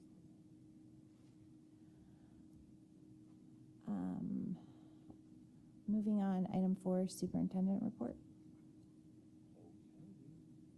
He's having some technical difficulties. No, I'm juggling. I got a lot of screens going on here. A lot of laptops. Okay, good evening, everyone. So I just want to just take a moment just to thank Sandy and the curriculum team for preparing tonight's presentation. Obviously, it's a lot of information. I will reiterate that, tonight won't be the last time we discuss this. I'm going to encourage the board to take some time to kind of digest this. And, the feedback based on the questions tonight, we have those, and we will do some follow-up. But I would recognize and acknowledge that as we move forward, I'm sure other questions will surface in the next days and weeks ahead. So we'll keep this as an old business item, and we'll continue to revisit it. Just a couple of quick announcements tonight. I will echo the sentiments of our student representatives. Last Thursday, I did have the opportunity to attend the opening night of the SpongeBob musical. It was great. Everything was just right. This included the set, the live music from the pit, and the amazing singing and choreography performed by very talented students. So I just want to congratulate everyone who was a part of it. Shout out to Mr. Camps, the director, and the entire cast and crew. Quick clarification regarding the PLD principal update, the search, I'll call it. I think a couple of meetings ago, I was being probably a little optimistic, too optimistic in terms of timeline. And I think I may have mentioned that this meeting may be the meeting that I would be recommending a principal, and I don't know why I said that, because that's not realistic. So I'm going to clarify tonight that we did begin the process. We interviewed about 10 candidates, probably about 3 weeks ago now. We're in the process of bringing about half of them back, and that will take place the week that we return from break. And we'll kind of continue that process. I am not going to announce a date today regarding when we will have it finalized, but we clearly will have adequate time to ensure that there's a smooth transition. Just in terms of board recognition, I'm in the process of working with Mr. Vinson right now to organize a couple of student recognition opportunities here at some upcoming board meetings. So kind of want to frame it around a co-curricular structure. We've got a number of different groups that have done well, outside our district and represented the district very well. So we want to make sure that we find an opportunity to highlight them, to recognize them. That'll be our first group. I'm looking to structure something for the 15th of April. And then we also want to recognize some of our athletic achievements based on fall and winter sports. So stay tuned on that. I'll be following up, but definitely looking to do some level of recognition. It's the part that we're working through is just that trying to organize it so it's not too voluminous. So we will look to begin with our co-curricular recognition first. Just to follow up to our strategic planning process for this year. So as you know, it's one of our goals for this year. We've engaged in 2 of the 3 meetings thus far. Mary Ann Friedman from New Jersey School Boards Association serves as the facilitator for those meetings. So we did have our second meeting on March 14th. It was well attended. I thank everyone for their participation, commitment, involvement. We had about 54 participants that evening. That night was more of a vision night where folks were in groups, about 12 groups, and they were asked to kind of fast forward, look ahead 5 years from now, and returning to the East Windsor Regional School District in this area, and finding an opportunity to look at a Time magazine cover. I have to tell Mary Ann, Time magazine still here, but we may have to update that a little bit. But looking at the Time magazine cover and reading an article front page regarding schools that succeed, and ask the group to identify, based on the strengths that we think exist currently, what else do we want to see, right? This is kind of like a big idea moment.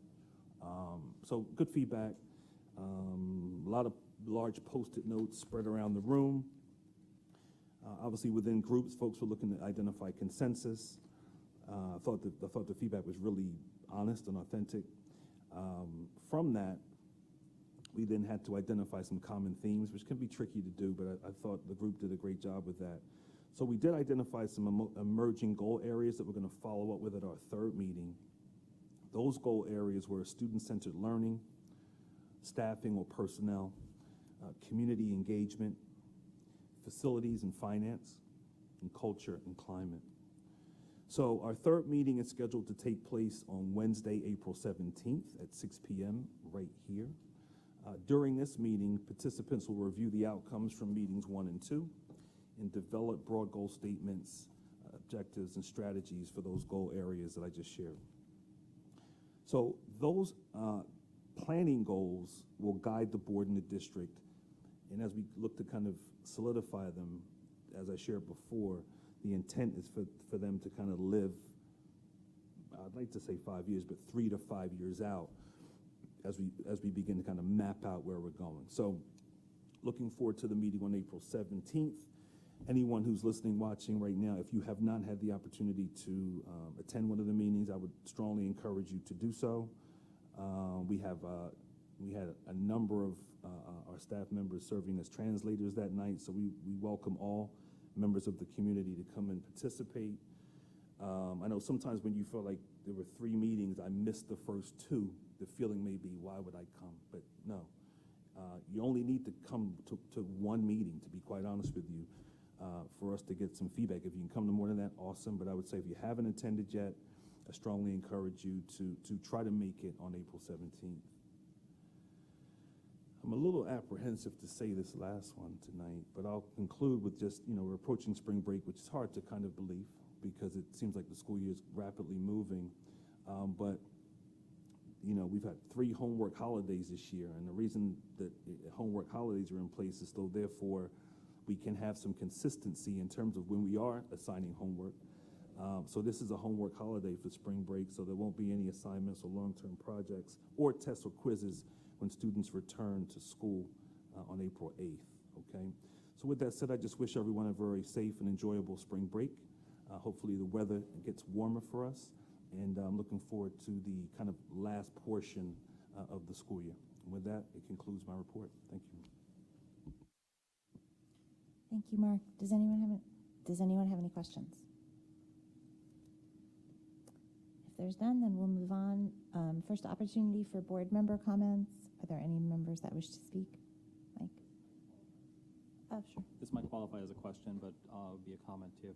I know we had some issues with a norovirus outbreak in the middle school last week. There was a lot of feedback, both in my son's peer group and parents around issues with soap availability in the middle school. Just wondering, Mark, you had mentioned that you were going to be doing a tour today. Do you have any Yeah, updates on that? so a couple of things. I wouldn't want to consider it an outbreak, but we did have a number of students that were exhibiting gastrointestinal issues at the middle school last week, in particular in 7th grade. So I do want to commend our nurses who did a pretty amazing job, and we have a close partnership with the health department.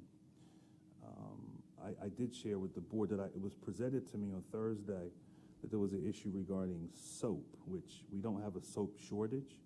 So I was in communication with our director of buildings and grounds. You know, the expectation was that we would have filled soap dispensers in all the bathrooms. In the process, we did identify some soap dispensers that were not functioning appropriately. One could argue some of this due to students misusing them. So they did have soap in them, but they were nevertheless not working properly. So between Thursday and Friday of last week, every bathroom had soap dispensers fixed, filled, replaced. I did visit the middle school this morning, and I was pleasantly, not surprised, I was pleasantly encouraged to see that, you know, every bathroom had soap dispensers. And actually, they put additional soap dispensers in those bathrooms. So it appears that we're in good shape right now. In terms of where we were, part of our process with the health department, we did share, obviously we share the data with them. You know, we're just basing it on oftentimes the symptoms that students were communicating, and we would describe it as being, you know, norovirus-like symptoms. We haven't actually kind of categorized it yet. I will say today, I don't have the specific number, but I know that significantly less number of students that were absent today, and a significantly less number of students. And actually, that continued from Wednesday on last week, but today was a significant improvement. I think having the weekend helped. Our custodial team, starting from last Wednesday, was deep cleaning the building. So I'd like to think that, you know, the bad thing about it is that it spreads quickly.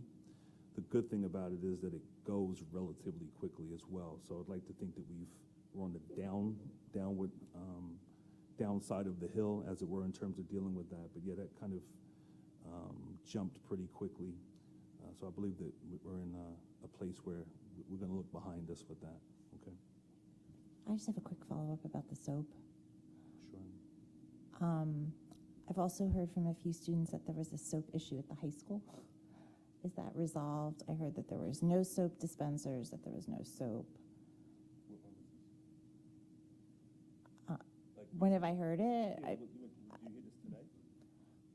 I heard it last week. Okay. I'll have to follow up on that. I have, well, a couple of things. After this conversation at the middle school last week, Patty Malta, our director of buildings and grounds, did indicate that she would be addressing the soap issue district-wide. So I need to follow up. I've only been to one bathroom at the high school today, and it did have soap in it. It also had some other things in there, but no, but it did have soap. So we can easily follow that up, all right?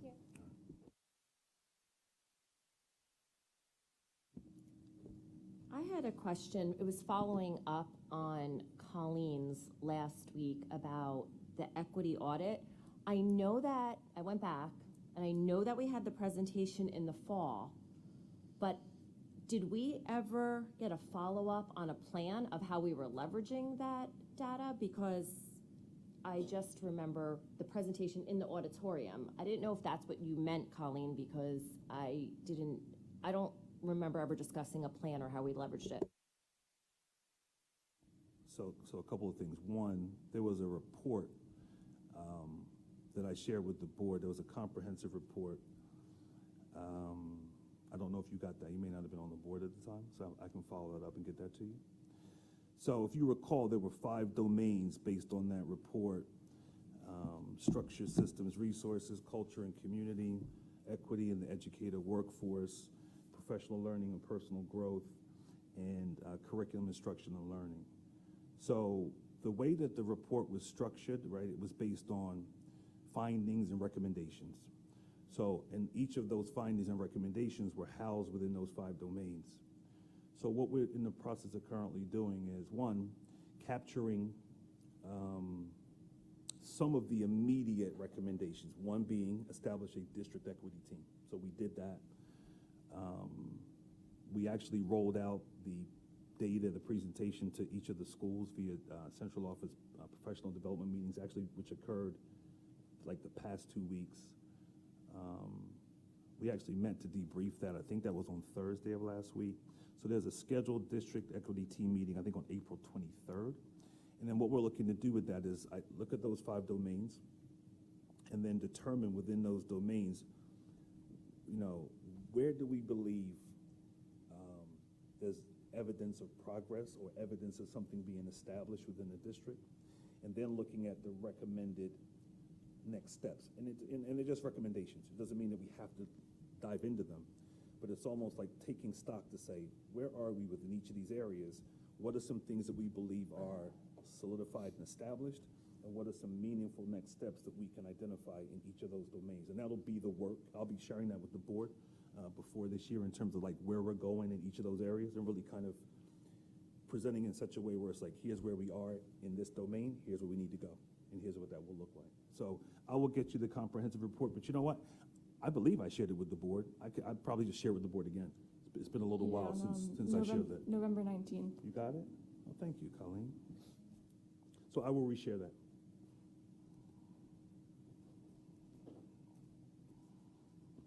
Any other comments?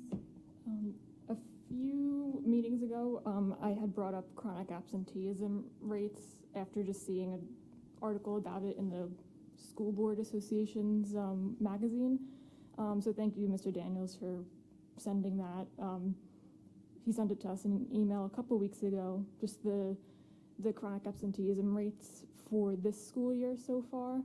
I was happy to see it included in Sandy's presentation. This sounds weird, right? Yeah. Yeah. Is it weird enough that I shouldn't continue? Is that better? Okay.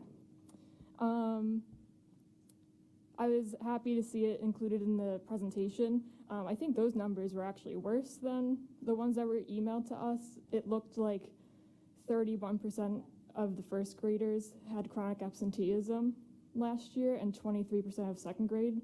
And those are just the 2 grades that were included on the presentation. In the data that was sent to us in just our board email, it looked like so far either 16% of all students were or approaching chronic absenteeism. That's 18% of seniors and 8th graders. So my question is,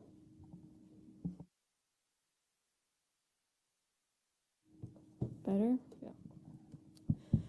You all heard that? Oh my goodness. Whatever. All right. So my question is, in the article, it said that if a district has 10% chronic absenteeism, the district should report about it, why it's like that, what they're doing to improve the rates. So I'm wondering if we can get that presentation, since it does seem to be more than 10% of the district. And it was kind of, I was hoping an answer like that about before my macro level question. I think that's a big deal. Of course, like Sandy said, if a student's not in class, they can't learn. And if at least 16% about of our total district is missing 10% of the school year, that's hard for them to learn. This is very loaded, I know, but really I think it shows. I would love a presentation on chronic absenteeism and how it impacts the learning. And also, you know, I know in the high school handbook, if a student misses that many, they shouldn't be receiving course credit. So wondering how many don't receive course credit because of absenteeism. And, you know, I know it's a big issue, but just wanted to bring it up. So a couple of things. One, I mean, there's a whole series of state obligated procedures that we do engage in terms of parent notification regarding X amount of days that students are absent. Obviously, there's a balance between excused and unexcused but even at times where the unexcused numbers are significant, it still counts, in terms of it being excessive. So there is a pretty significant process in place that each school adheres to. In terms of the high school, you said it, high school is, the stakes are higher, so we do have credit acquisition, there is seat time, and yes, students are either required to engage in some credit recovery during the summer. There are also times where students, when they've missed a significant chunk of a course, there's not enough seat time for them to make that up. So obviously, look, we work with students individually to deal with that.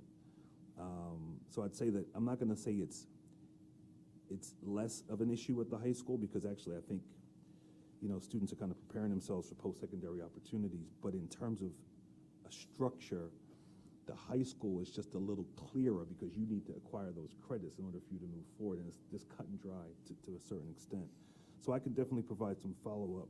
What I'll do is I'll start by sharing kind of just process, and then if you think we need to have a presentation to make it more global, we can definitely do that, all right? And we were dealing with, chronic absenteeism, and I'm not blaming COVID, but definitely that was an issue that we noticed as students were transitioning back. But I think we've moved beyond that.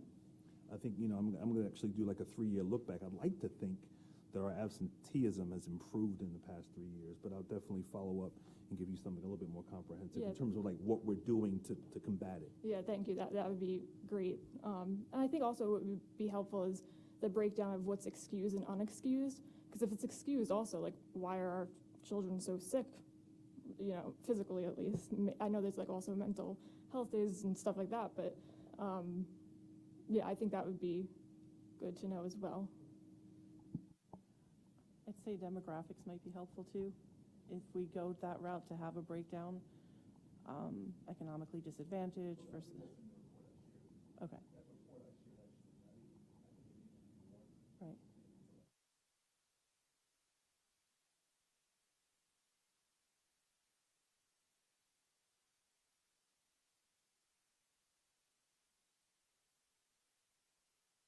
Nicole, I sent this in an email, but it wasn't addressed. I find it concerning that the curriculum and course guides from the January 22nd Board of Ed meeting that were not passed in our motion are in the Google Drive saying Board of Ed approved January 2024. So I would request that those get removed. And when are they going to be up for approval again, revision and approval, because it's March and they're missing.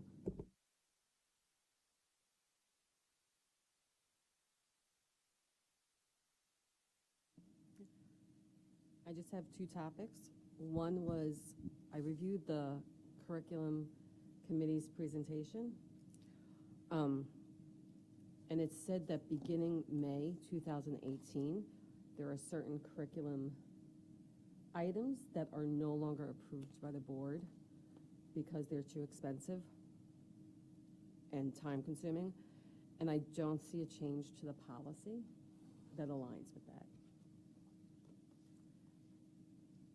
And also, that presentation included graduation requirements for the AP classes, and that the AP Science do not count towards the graduation requirements, which may be the correct direction to go in, but it doesn't align with our current policy. So we either need to change the requirements or change the policy. And then, Nicole, as I shared, I went down that bunny hole of policies, and I think the board really needs to start looking at every policy. I mean, there are some easy ones out there, like the 5514, where only seniors were allowed to park in the high school, and that's been changed to be juniors also. But then there were also, and I only went through one little section, supposedly we're supposed to have an adult high school and a community education program. Homework is supposed to be given extra credit. So I think the board needs to put together some plan where we're actually going through every single policy to make sure they're still accurate. I think there is even one in there that has the report cards at the lower grades And we've changed that to not be quarterly now. The policy just has to reflect that.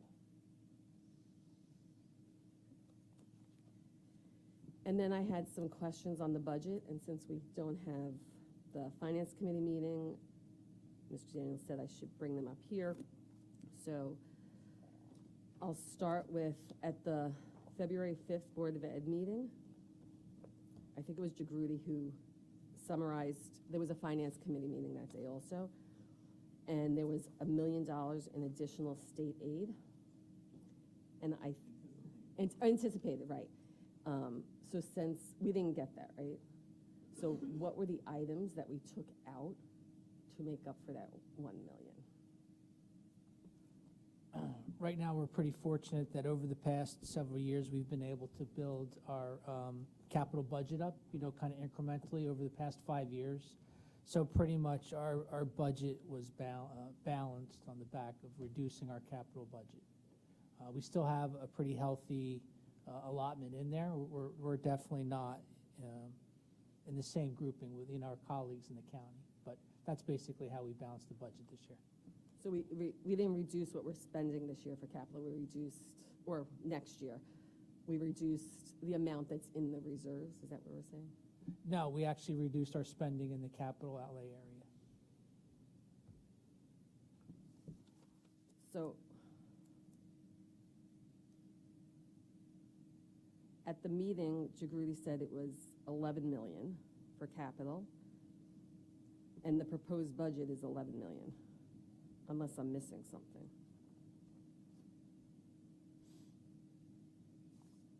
Or unless I misunderstood what Jagruti said, but that's... Yeah, if you look at the year-over-year budget that I handed out at our last meeting, our proposed capital budget for Fund 12, which is a capital outlay, was $12.9 million. Mm-hmm. This year, it's 10.7. Right, but at the Board of Ed meeting on the 5th, at the Finance Committee, it was reported out that the plan was $11 million, we'll spend $11 million in capital.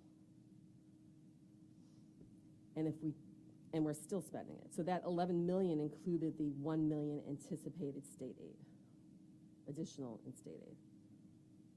And you don't have to, we can follow up on it. We can, hook up and discuss that a little more. But the overall spending in Fund 12, and this is basically how we balanced our budget, was we reduced our Fund 12 spending. And on the presentation, that slide with the 17.5 savings over 10 years, is that from, which was great, like 1 year we only did 1.2% instead of 2%, so it was those savings that That's absolutely right. Every year, when we're getting those large state aid increases, every year we put a piece back to tax relief. Anywhere from $250,000. 1 year, I think we did $500,000. So I think we're built up to somewhere about $1.7 million now. Yeah. And I know there was discussion a while back about Roosevelt not resigning. I don't know what it's called, but sending their students here. Are they doing that? So right now, this past school year, Roosevelt, well, for the past 5 years, right, ever since Roosevelt has been trying to determine how they can maintain some level of sustainability with reduced funding on the horizon for them. They were looking at options to see pathways for their students. So they reached out to us early this year to say they were looking to maintain the send-receive relationship that we currently have where their students come to us in 6th grade, but they're also exploring options on the Monmouth County side because to determine if their students could also participate in a 6-12 experience there. One of the things that they've used is that in Monmouth County they've got a pretty strong academies program at the high school level, so they based on where they're situated, they didn't want to feel like they were losing out on an opportunity for their students. So right now, we still have the send-receive relationship. I actually haven't received any hard data from them regarding a change in terms of students who will be transitioning to us in sixth grade. I think we have about 40 students from Roosevelt. So it It's a wouldn't really impact- small number. yeah, It's a but- really small number. And is it possible, like, I know we have the budget by, like, group, regular program instructions, and then all of the items under there, to have a cut of it by the line items, like, all together? For instance, in each section, there's a ton of other objects, which I don't know what it means, and they're small dollar amounts, but when we add them up, it comes up to a lot.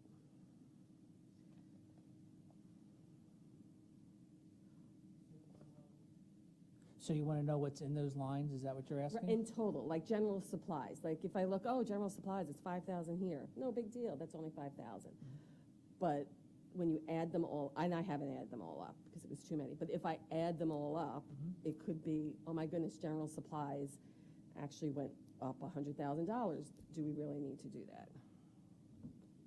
Just to follow up on that, I had that same question, like on page 5, under bilingual instruction, it says, well, there's nothing on that one. For school-sponsored co-curricular extra activities, other objects is $33,000, which that's a lot of money for other objects when we already have subjects of salaries, purchase services, supplies and materials, and then other objects. And then the same thing for school-sponsored athletics, other objects is $39,000. I kind of need to know what those other objects are for close to being $40,000.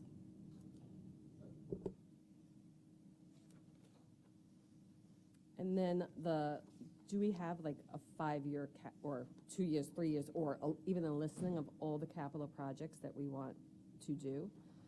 So that the board can just review and say, yes, it makes sense that we're choosing this one over this one this year? Sure. Right now, our capital projects have really been heading down 3 main avenues.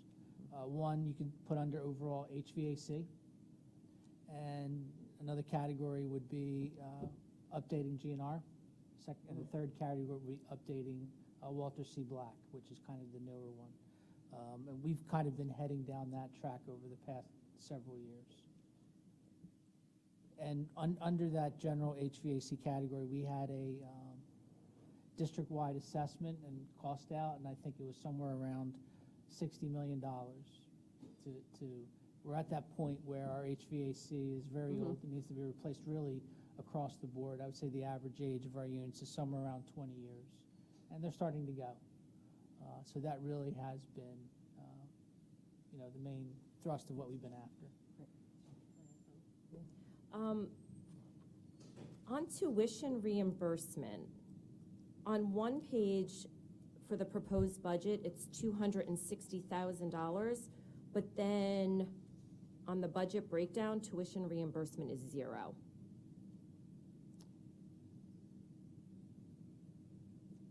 So I think the tuition reimbursement is on page 15 of 16, but then like just the one pager, tuition reimbursement is 0. So that's in conflict. And is it a concern, or why is it that bilingual education is barely going up any expenses? At the strategic planning meetings, we were talking a lot about the need for bilingual teachers and support, and it doesn't seem like there's much of an increase in that. And especially since one of our goals is trying to close the achievement gap, I would think that we would want more money spent on that. I could just tell you right off the bat, the biggest problem with our bilingual spending has been really just finding a lack of candidates. I mean, it's a labor-intensive industry. A couple of years ago, we put in 5 positions for bilingual teachers. Many of them are still being carried as vacancies just because we cannot find the candidates. I'm sure that if we could stock that department up, we could be spending more. But it's. And just a point of clarification, we've been increasing personnel. We can give you a number, but we've definitely increased personnel over the past 5 years. And some of that was obviously based on need. Some of that was the fact that we had the good fortune of receiving additional state aid, and we were looking to use that strategically for personnel. So we've definitely increased our personnel under the certificated umbrella. But from a bilingual standpoint, yeah, we've definitely wanted to add bilingual teachers to create classroom environments that we think are conducive or more conducive to support our students. We're also in the process of identifying almost like a bilingual basic skills approach as well, in terms of identifying some additional support under that umbrella. But yes, in the state, there is a significant shortage of bilingual certified teachers. So we've been pursuing teachers. There's not a lot of folks being grown out of the college level. So we've been kind of actively looking to entice people from other districts, and we've had some level of success with that. So if the question you're asking is, have we not invested in increasing personnel? The answer is we have. I can give you the comparison over a 5-year window where our certificated staff has grown. No, I'm not questioning that.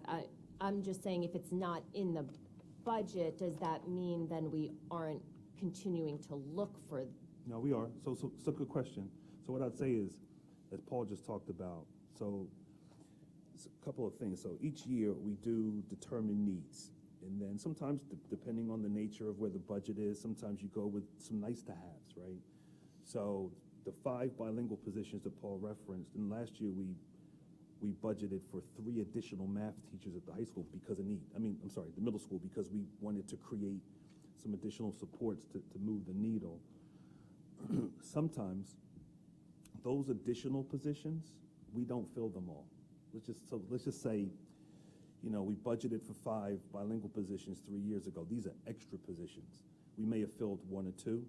So when that budget, there's a couple different ways to do it. We can close those positions down, or we can transition those positions over. But as we establish a new budget, we may say, oh, I look back to this year, there's still a few holes. That budget's already been handled. We already budgeted for those positions, so they will not have an impact on the new budget. So there are some positions that we still have available. We have not given up. Sometimes we find ourselves as we transition into the school year, if a need arises, we may say, we budgeted for an additional math teacher. We couldn't find it, or the need is dissipated, but another need may have occurred. And now we're in a budget cycle where we're saying, this isn't a budgeted position. Sometimes we can pull from that existing position that we did not fill. So we've got some flexibility there, and you're not gonna see that in this budget. But yeah, there's a host of issues there that we believe we've got some scaffolds of sorts. Because yes, we want to make sure that, I would always say that our most fragile learners need the best teachers, right? And then we want to make sure that we are being as aggressive and creative and assertive and taking initiative. And this is recruitment season. But that's a shortage area, so we'll continue to stay the course. But yeah, I don't want you to think that we are not looking to work that through, because we have, in prior budget years, allocated additional positions. So is it possible then to get our year-to-date actuals? Because that would then show the increase, right? So if we had what we spent so far this year and annualize it for a full year, if we compare that to the new budget, then we should see the increase. Yeah, and you may not see an increase because it may not be an increase. Like, it may not be an increase because, for example, fiscal year 23-24, we said we needed to hire 12 additional folks, right? But we only filled 6. So when we go to the fiscal year 24-25, our PCR is going to be kind of based on what that existing amount was, even though some of those positions are still available. So I can give you a comparison. You can see where we are with that. All right. And maybe then the head count would help, how we backed into it. And then I'll finish up here soon. The health services, professional services and tech services were up $700,000.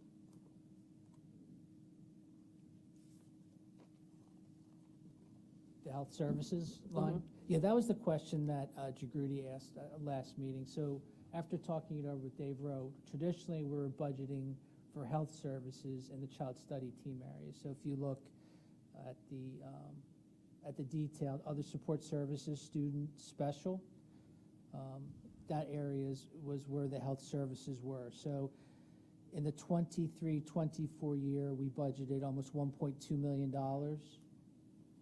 for those services, and then it's down to 600,000. So basically, we just reclassed those health services out of the child study team area and put them in the health service area.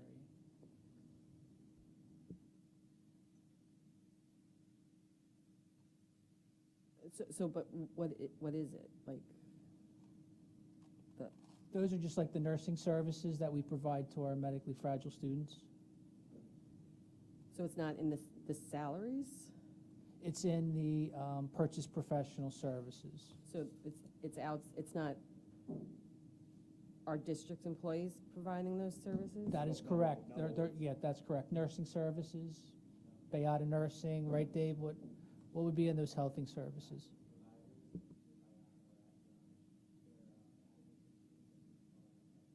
Got it. That makes sense.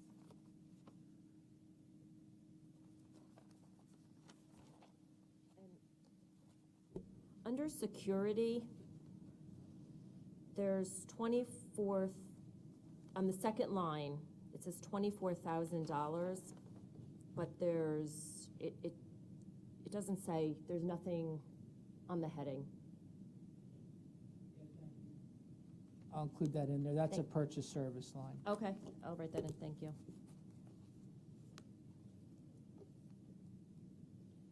And then the last one for today is travel. I know in the summary it said travel was going up, I forget the amount, was it 200,000? But I don't see travel really in here. So are you talking about in our approving resolution? Yes. Yeah, so what we're required to do in the resolution, and it's spread throughout our budget, and it's also not in our regular budget, it's also in Title II, which you won't see here. So we're required to set a maximum travel amount. And that's just a number that we get from adding up all the travel, which is spread out through all the different codes, and adding in the grant budget that we expect to get next year. So travel wouldn't be in So travel? it wouldn't going up 200,000, it's about 200,000 overall. Right. So it's not in travel? It's, Where are you looking at?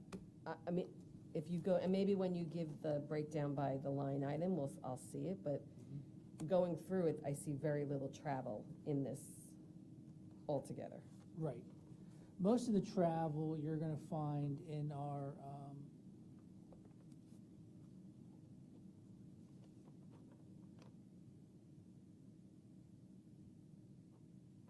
if you look at the instructional staff training, I'm not sure what page it is, but 11000223, other purchase services 223500.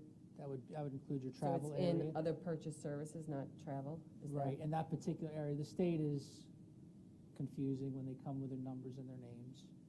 In some areas, they'll be very specific and call it travel. Some areas, they just have a general like 500 number, but travel would be in the 500 cost section. Okay. So you'll see that 160,000 in there, that's the vast majority. So of it. that's how you identify travel, by Yes. the last three digits are in the 500? Yes, correct. Got it. Okay. That's all, thank you.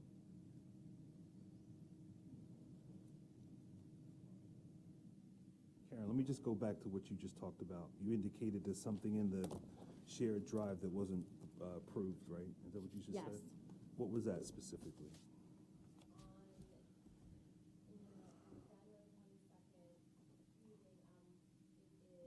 Oh, that's the business course, right? Okay.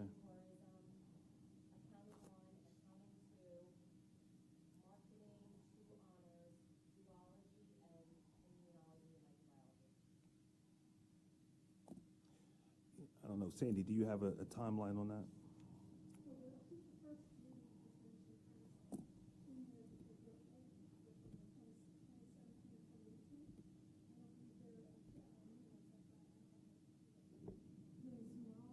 Well, you changed the date to the dates say 2021, but if you go to the bottom, it still says January, it still says board approved January 2024, and that's what I'm taking issue with, because those were not board approved.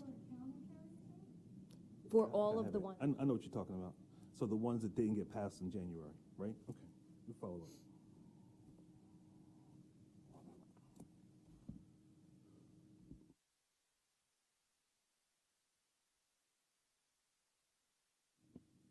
Are there any other board member comments? Paula, you had all your questions. I know you had a lot of questions, so you had them all answered. For now. Thank you. If there's no more board member comments, first opportunity for public comment. Is there anyone from the public who wishes to speak? There being none, we are going to move to exec session. It won't be long. We only have a couple of things to discuss, and then we'll be back to vote on some action items.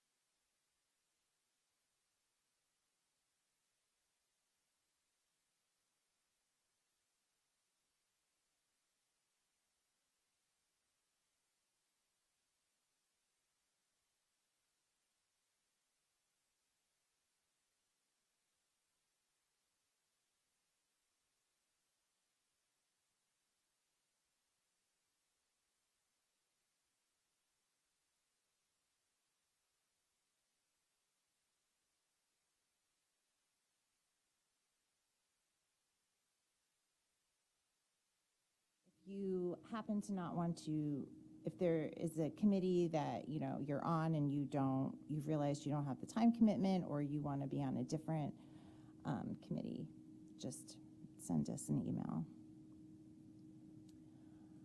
If there's no questions, we will move on to item 8, second opportunity. I have a question, because I'm just going to say this again. I don't feel like these are enough dates. I'm very concerned with, especially because I'm on policy committee, I'm reading all of the policies, and they are very outdated. And after I went to my NJSBA training, most, if not all, the districts that are run by committee have a committee meeting every month, and it's not on the night of the board meeting, so they run out of time. I just, if we don't need it, that's great, but I just feel like the dress code and the tech policy, I wasn't on the board for that, but I remember it being addressed in the fall, and it's now almost the end of March, and we don't even have those policies for first reading. I just don't feel like we're being effective. I mean, we shouldn't have that many policies that date back to 2004. And I can go on about curriculum as well. There's a lot of outdated curriculum. There's a lot of curriculum missing.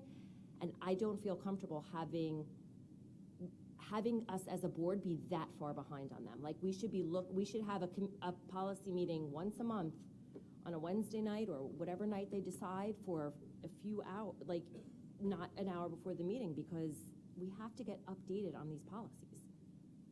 That's my opinion. I would love to hear what other board members, if you've read the policies or looked at them, but a lot of them that Paula mentioned earlier they're so outdated, they don't even apply.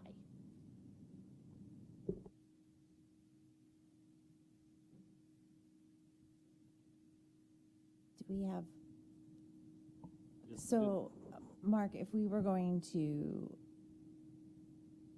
consider, so how would this work if we were going, so right now, what are we meeting, quarterly, each committee? Yes, say about quarterly.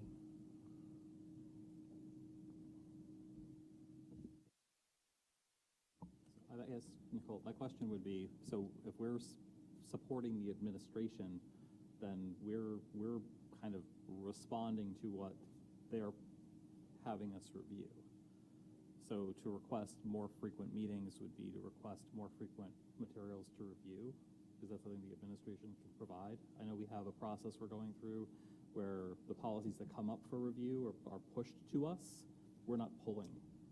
So what sets that frequency? Just using policy as the example. Policy is a great example. I mean, part of what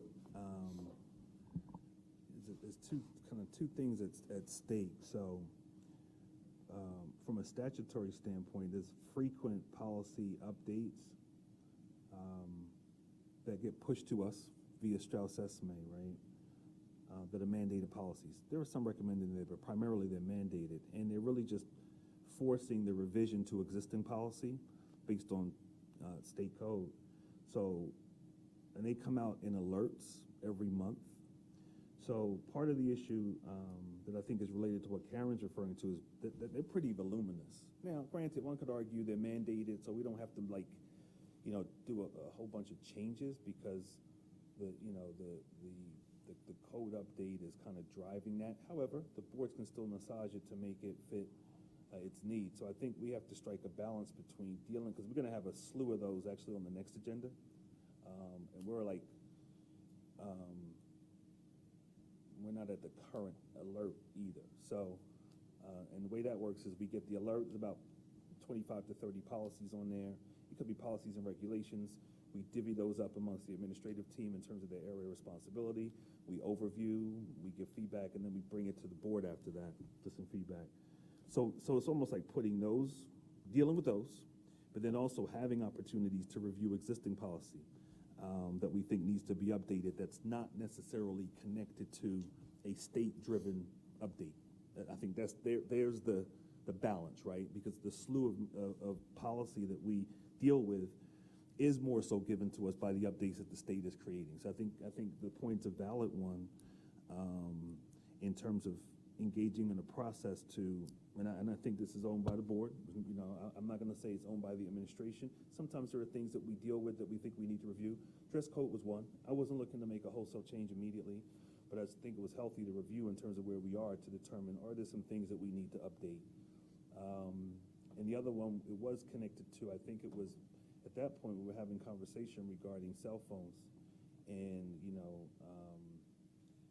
the fact that the current policy kind of, I mean, it states it, right? It's just a matter of, but the policy was developed in the earliest stages of having technology in school and kind of like a BYOB model.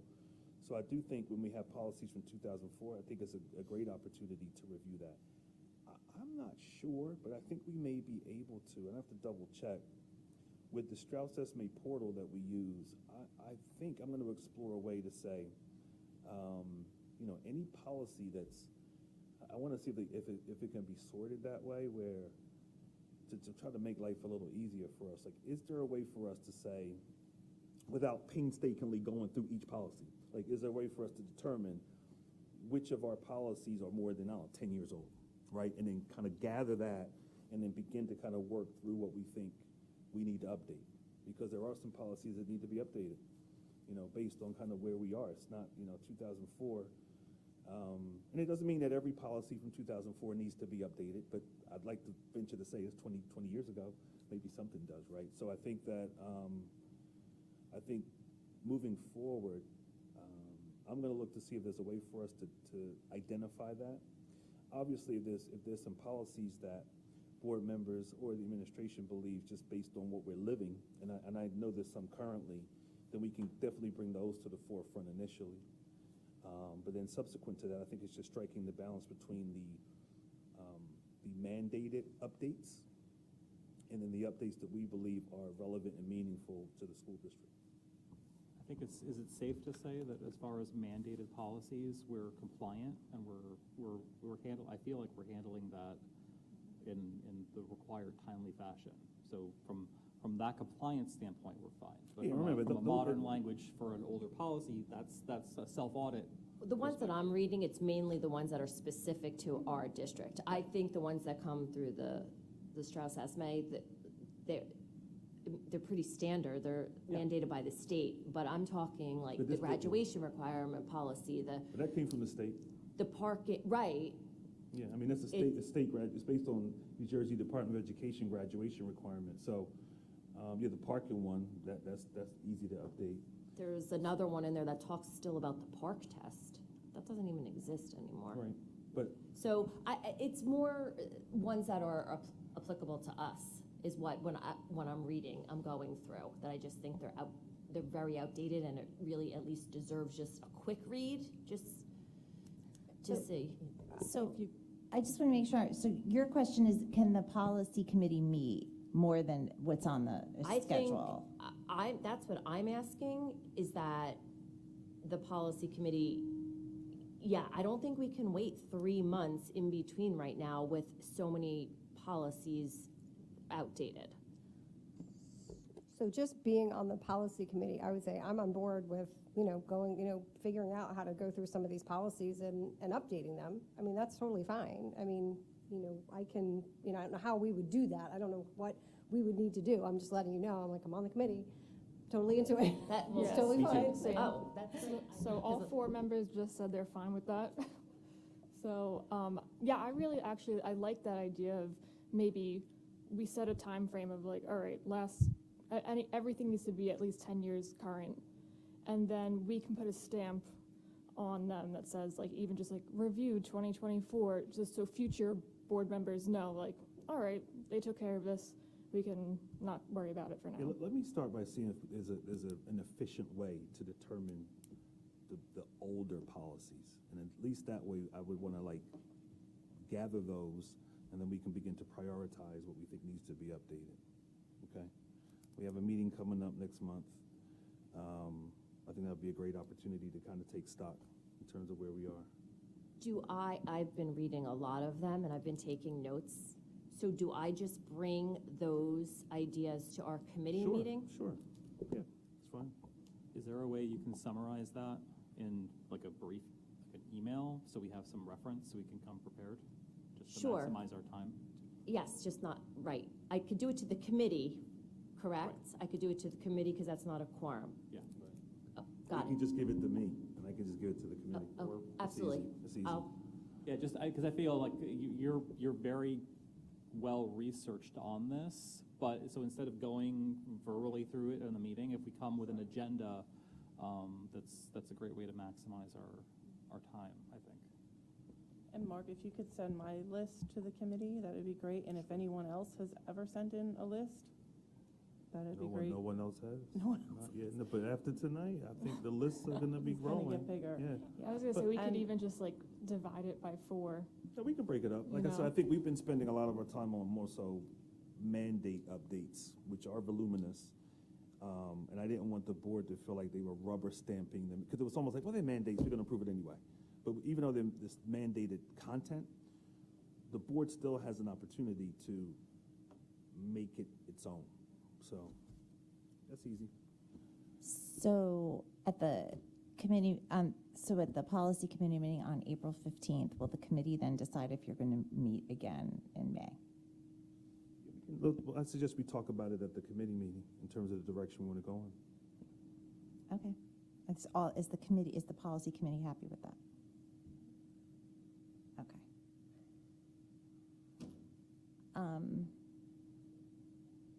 I don't remember if I said this. So item 8, second opportunity for comments. Second opportunity for board member comments. Are there any board members who wish to make a comment?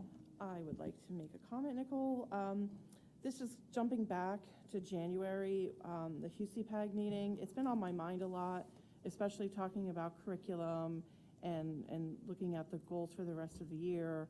Back then, Mr. Daniels had a roundtable, but I also got a chance to speak with some of the student services members, and just like hearing little bits of things. It was unofficial, but things that they were doing and things we have implemented in the district. I think it would be really beneficial for the board to hear all of those things, especially at the K2, 3, 5 level, supporting struggling students and all of that. So if they can brainstorm and come up with, like, what have they accomplished in the last, say, 3 or 4 years that we've implemented. For an example, we've brought in Orton Gillingham teachers, we're training teachers, stuff like that. I missed the beginning, I was my rudeness. This was at the So January. you're talking about special education, though, specifically? Yes, but not necessarily. But you just focused struggle. on, but it stems from the It HUCPAG? stemmed from the HUCPAG Okay. roundtable in January, but a lot of those things can be related to, but not necessarily related to special ed. But it's just things that are in place supporting our students that we may or may not have heard about in the last number of years, because like they're just going through the motions and getting it done, but it's never celebrated. Like, this is a good thing. Like, I've heard But I just good want to be clear, positive though, things. because you said it came through that conversation. Through So student So we'll services. address it through the under the student Yeah. services umbrella. Okay, All right. perfect. Thank you. And I have a report from the Wellness Committee. That's right. So on March 8th, there was a district-wide SEL day, and we were, each group had sort of a different theme. So the K through 5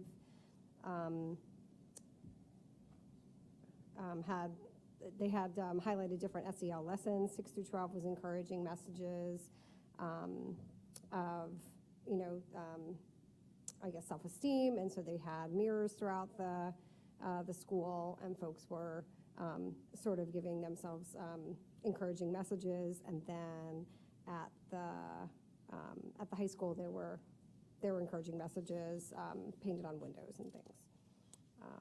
And they had a specific SEL night at PLD, which had a whole theme of a luau, and they had different sessions about journaling and creating stress balls and different tools. They had games, there was a dinner, they talked about meditation, families and students and staff were in attendance. We got a little update on Care Solace. People are still continuing to use it. It's definitely benefiting the district and our partnership with Jewish Family and Children's Services.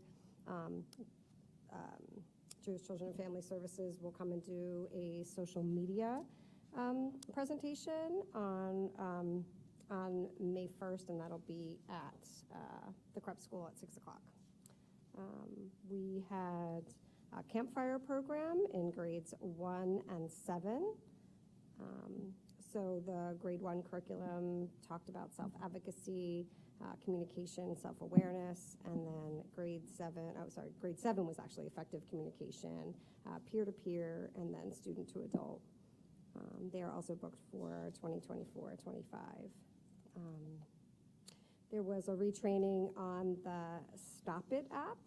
It hadn't been used, and so they were relaunching the program, and there was a retraining, and there have been 2 incident reports in the past year.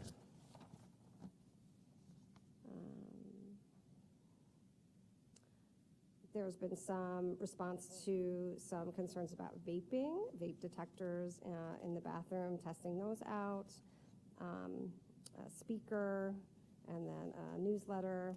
6th grade was having a presentation by their peer leaders. The Wellness Day at Hightstown High School continues. Freshmen and seniors are doing team building, social emotional awareness. Sophomores are doing wellness workshops with journaling, bibliotherapy, yoga, and art therapy. The juniors have a guest speaker going to speak about mindfulness, social awareness, and confidence. There will also be a staff wellness day on April 16th, where they'll have Reiki workshops, stress management, yoga, a yoga workshop, and some therapy animals. And that was that. Thanks, Jenna. Who comes up with these ideas or activities? The different schools? So I believe that many times it's the counselors who come up with the programming. And so they lead the groups and come up with the different ideas at the different schools. And so I know that sometimes things will happen at one school and they won't necessarily happen at other schools, but I think it's, they kind of are trying to pass it around. So hopefully things that go well in one area will also happen someplace else. Just one, what's the Stop It app? I don't know if I've heard that one before. So I hope I can describe it accurately. And the specifics belong to Mark. Stop It. Yeah, the Stop It is, it's an anonymous reporting tool. So we implemented it at the 612 level, kind of a soft rollout. We did communicate it, but we haven't aggressively communicated it. So it's through a grant. No cost to the district. Years ago, there was a security audit conducted here right before I arrived, actually, and there were a number of recommendations in there, and overwhelmingly, most of those recommendations we followed up on. There's a host of things there, whether it's additional cameras and reinforcing windows, a host of issues. One thing that was recommended, and you could probably look at it as being, maybe not as significant in terms of feedback, but one recommendation was to have an anonymous reporting tool. And that anonymous reporting tool could be, I'm concerned about being bullied, right? The anonymous reporting mechanism could be, I heard some chatter about something inappropriate that was going to jeopardize the safety of the school, right? So there's a host of pieces there, but the key component was, creating that level of anonymity so people could feel more comfortable sharing. So we did partner with Stop It. We did implement it. But I think we need to do a more effective job in terms of making it known. Now, and I'll say this quite candidly, there's also a partnership with the local police department. So there's a memorandum of understanding that's also connected with that. So it's a 24-hour reporting mechanism. Stop It indicates that they will capture a report that comes in. There's a group of administrators, I think our counselors are also tagged to that, who receive these reports depending on where you work. Depending on the severity of what the report is, obviously we pick it up. If something occurs, let's say student reports something overnight, right? Oftentimes one of us will capture that. If it's something that appears to be of concern, The police department may also be tagged to that, so they're also aware of it. So it's something that we're looking to kind of reset and restart. Because we just think it's just another mechanism for us to be aware of something that may be problematic. Look, the downside to this potentially is, one of the concerns is that, someone's falsely reporting. But if they are, there's also a mechanism for us to kind of track that IP address as well. And there's also a concern that if someone reports something that may not be accurate, do we want to engage in the investigation that comes along with that? Leaning on resources with the buildings, and we find out it was really a nothing story. But so it's one of those things we just want to, like I said, bring it back to the surface, make sure people understand its purpose. And we're not saying it's going to solve everything, but it serves as just something else to let us know that something may be off. That's really what it is.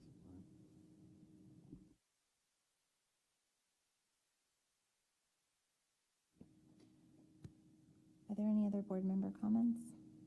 I just wanted to be one follow-up to the JFCS presentation on the 1st. Even though it's just happening at Krebs, it's a district-wide. It's not just 6 through 8. So it's K through 12. Any family members, community members can attend. So, and then I had a question myself that I just answered, because I always worry about anonymous surveys, and this is truly, except if they're somehow, I just scanned the QR code. It didn't ask me for my student ID. It didn't ask me for anything. So I was able to get in about 2 seconds to see. So unless they can figure out getting to my phone, it's anonymous. But that would take some, I'm sure, subpoenas and stuff like that. Just to follow up on that, Tina, I would hope to that that the schools really publicize, especially I think a lot of the K2 schools publicize the event at Krebs, because I think it would be beneficial. And Mark, are students or Dave? I don't know who would answer. Dave. Are all students aware? How is the app, like, was there a reminder sent to everybody? We launched it last year. I think it was last year, actually, right? It could be the year before that. I thought it was last year. It was last year, right? So we launched it, and we communicated.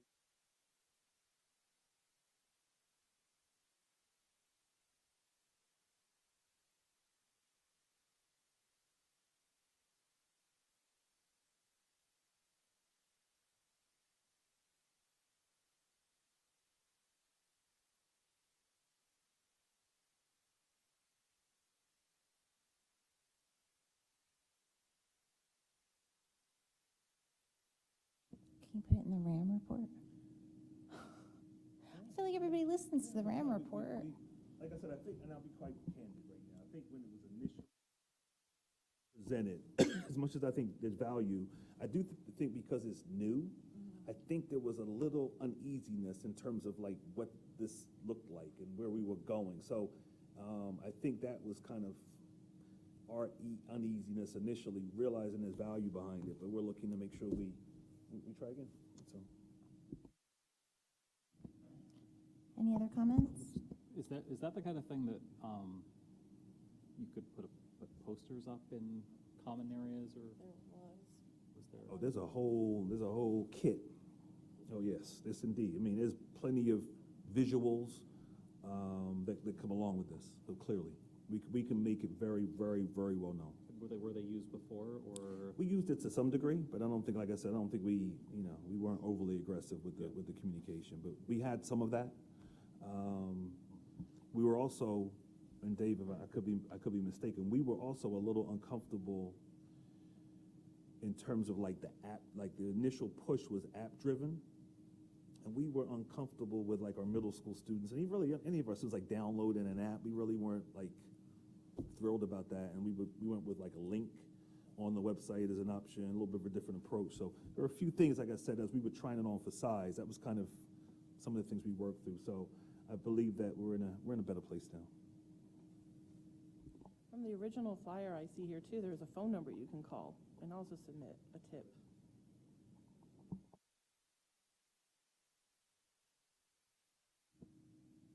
Any other comments? second opportunity for public comments. Is there anyone from the public who wishes to speak? If there's none, we'll move on to item 9. Having read the materials received, I move the board approve the routine agenda items as submitted. A, staffing, March 25th, 2025. B, HIB report from March 11th, 2024.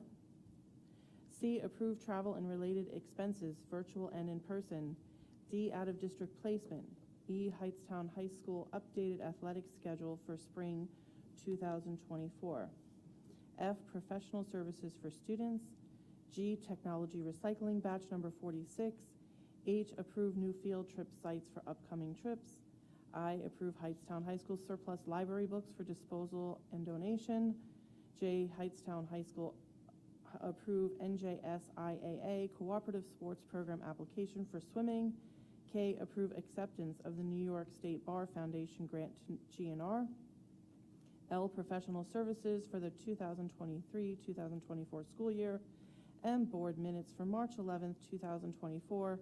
And board minutes for the special board meeting March 14th, 2024. And O, bill list of March 25th, 2024. Second. Any questions? I have a question on line J, the cooperative sports program for swimming. It says, I guess I just want to make sure that our Hightstown High School students are not going to be negatively impacted by adding another school's swim team. The application said there would be no cuts to our program. I just need like a verbal confirmation of that because I know our swim program has always, yeah.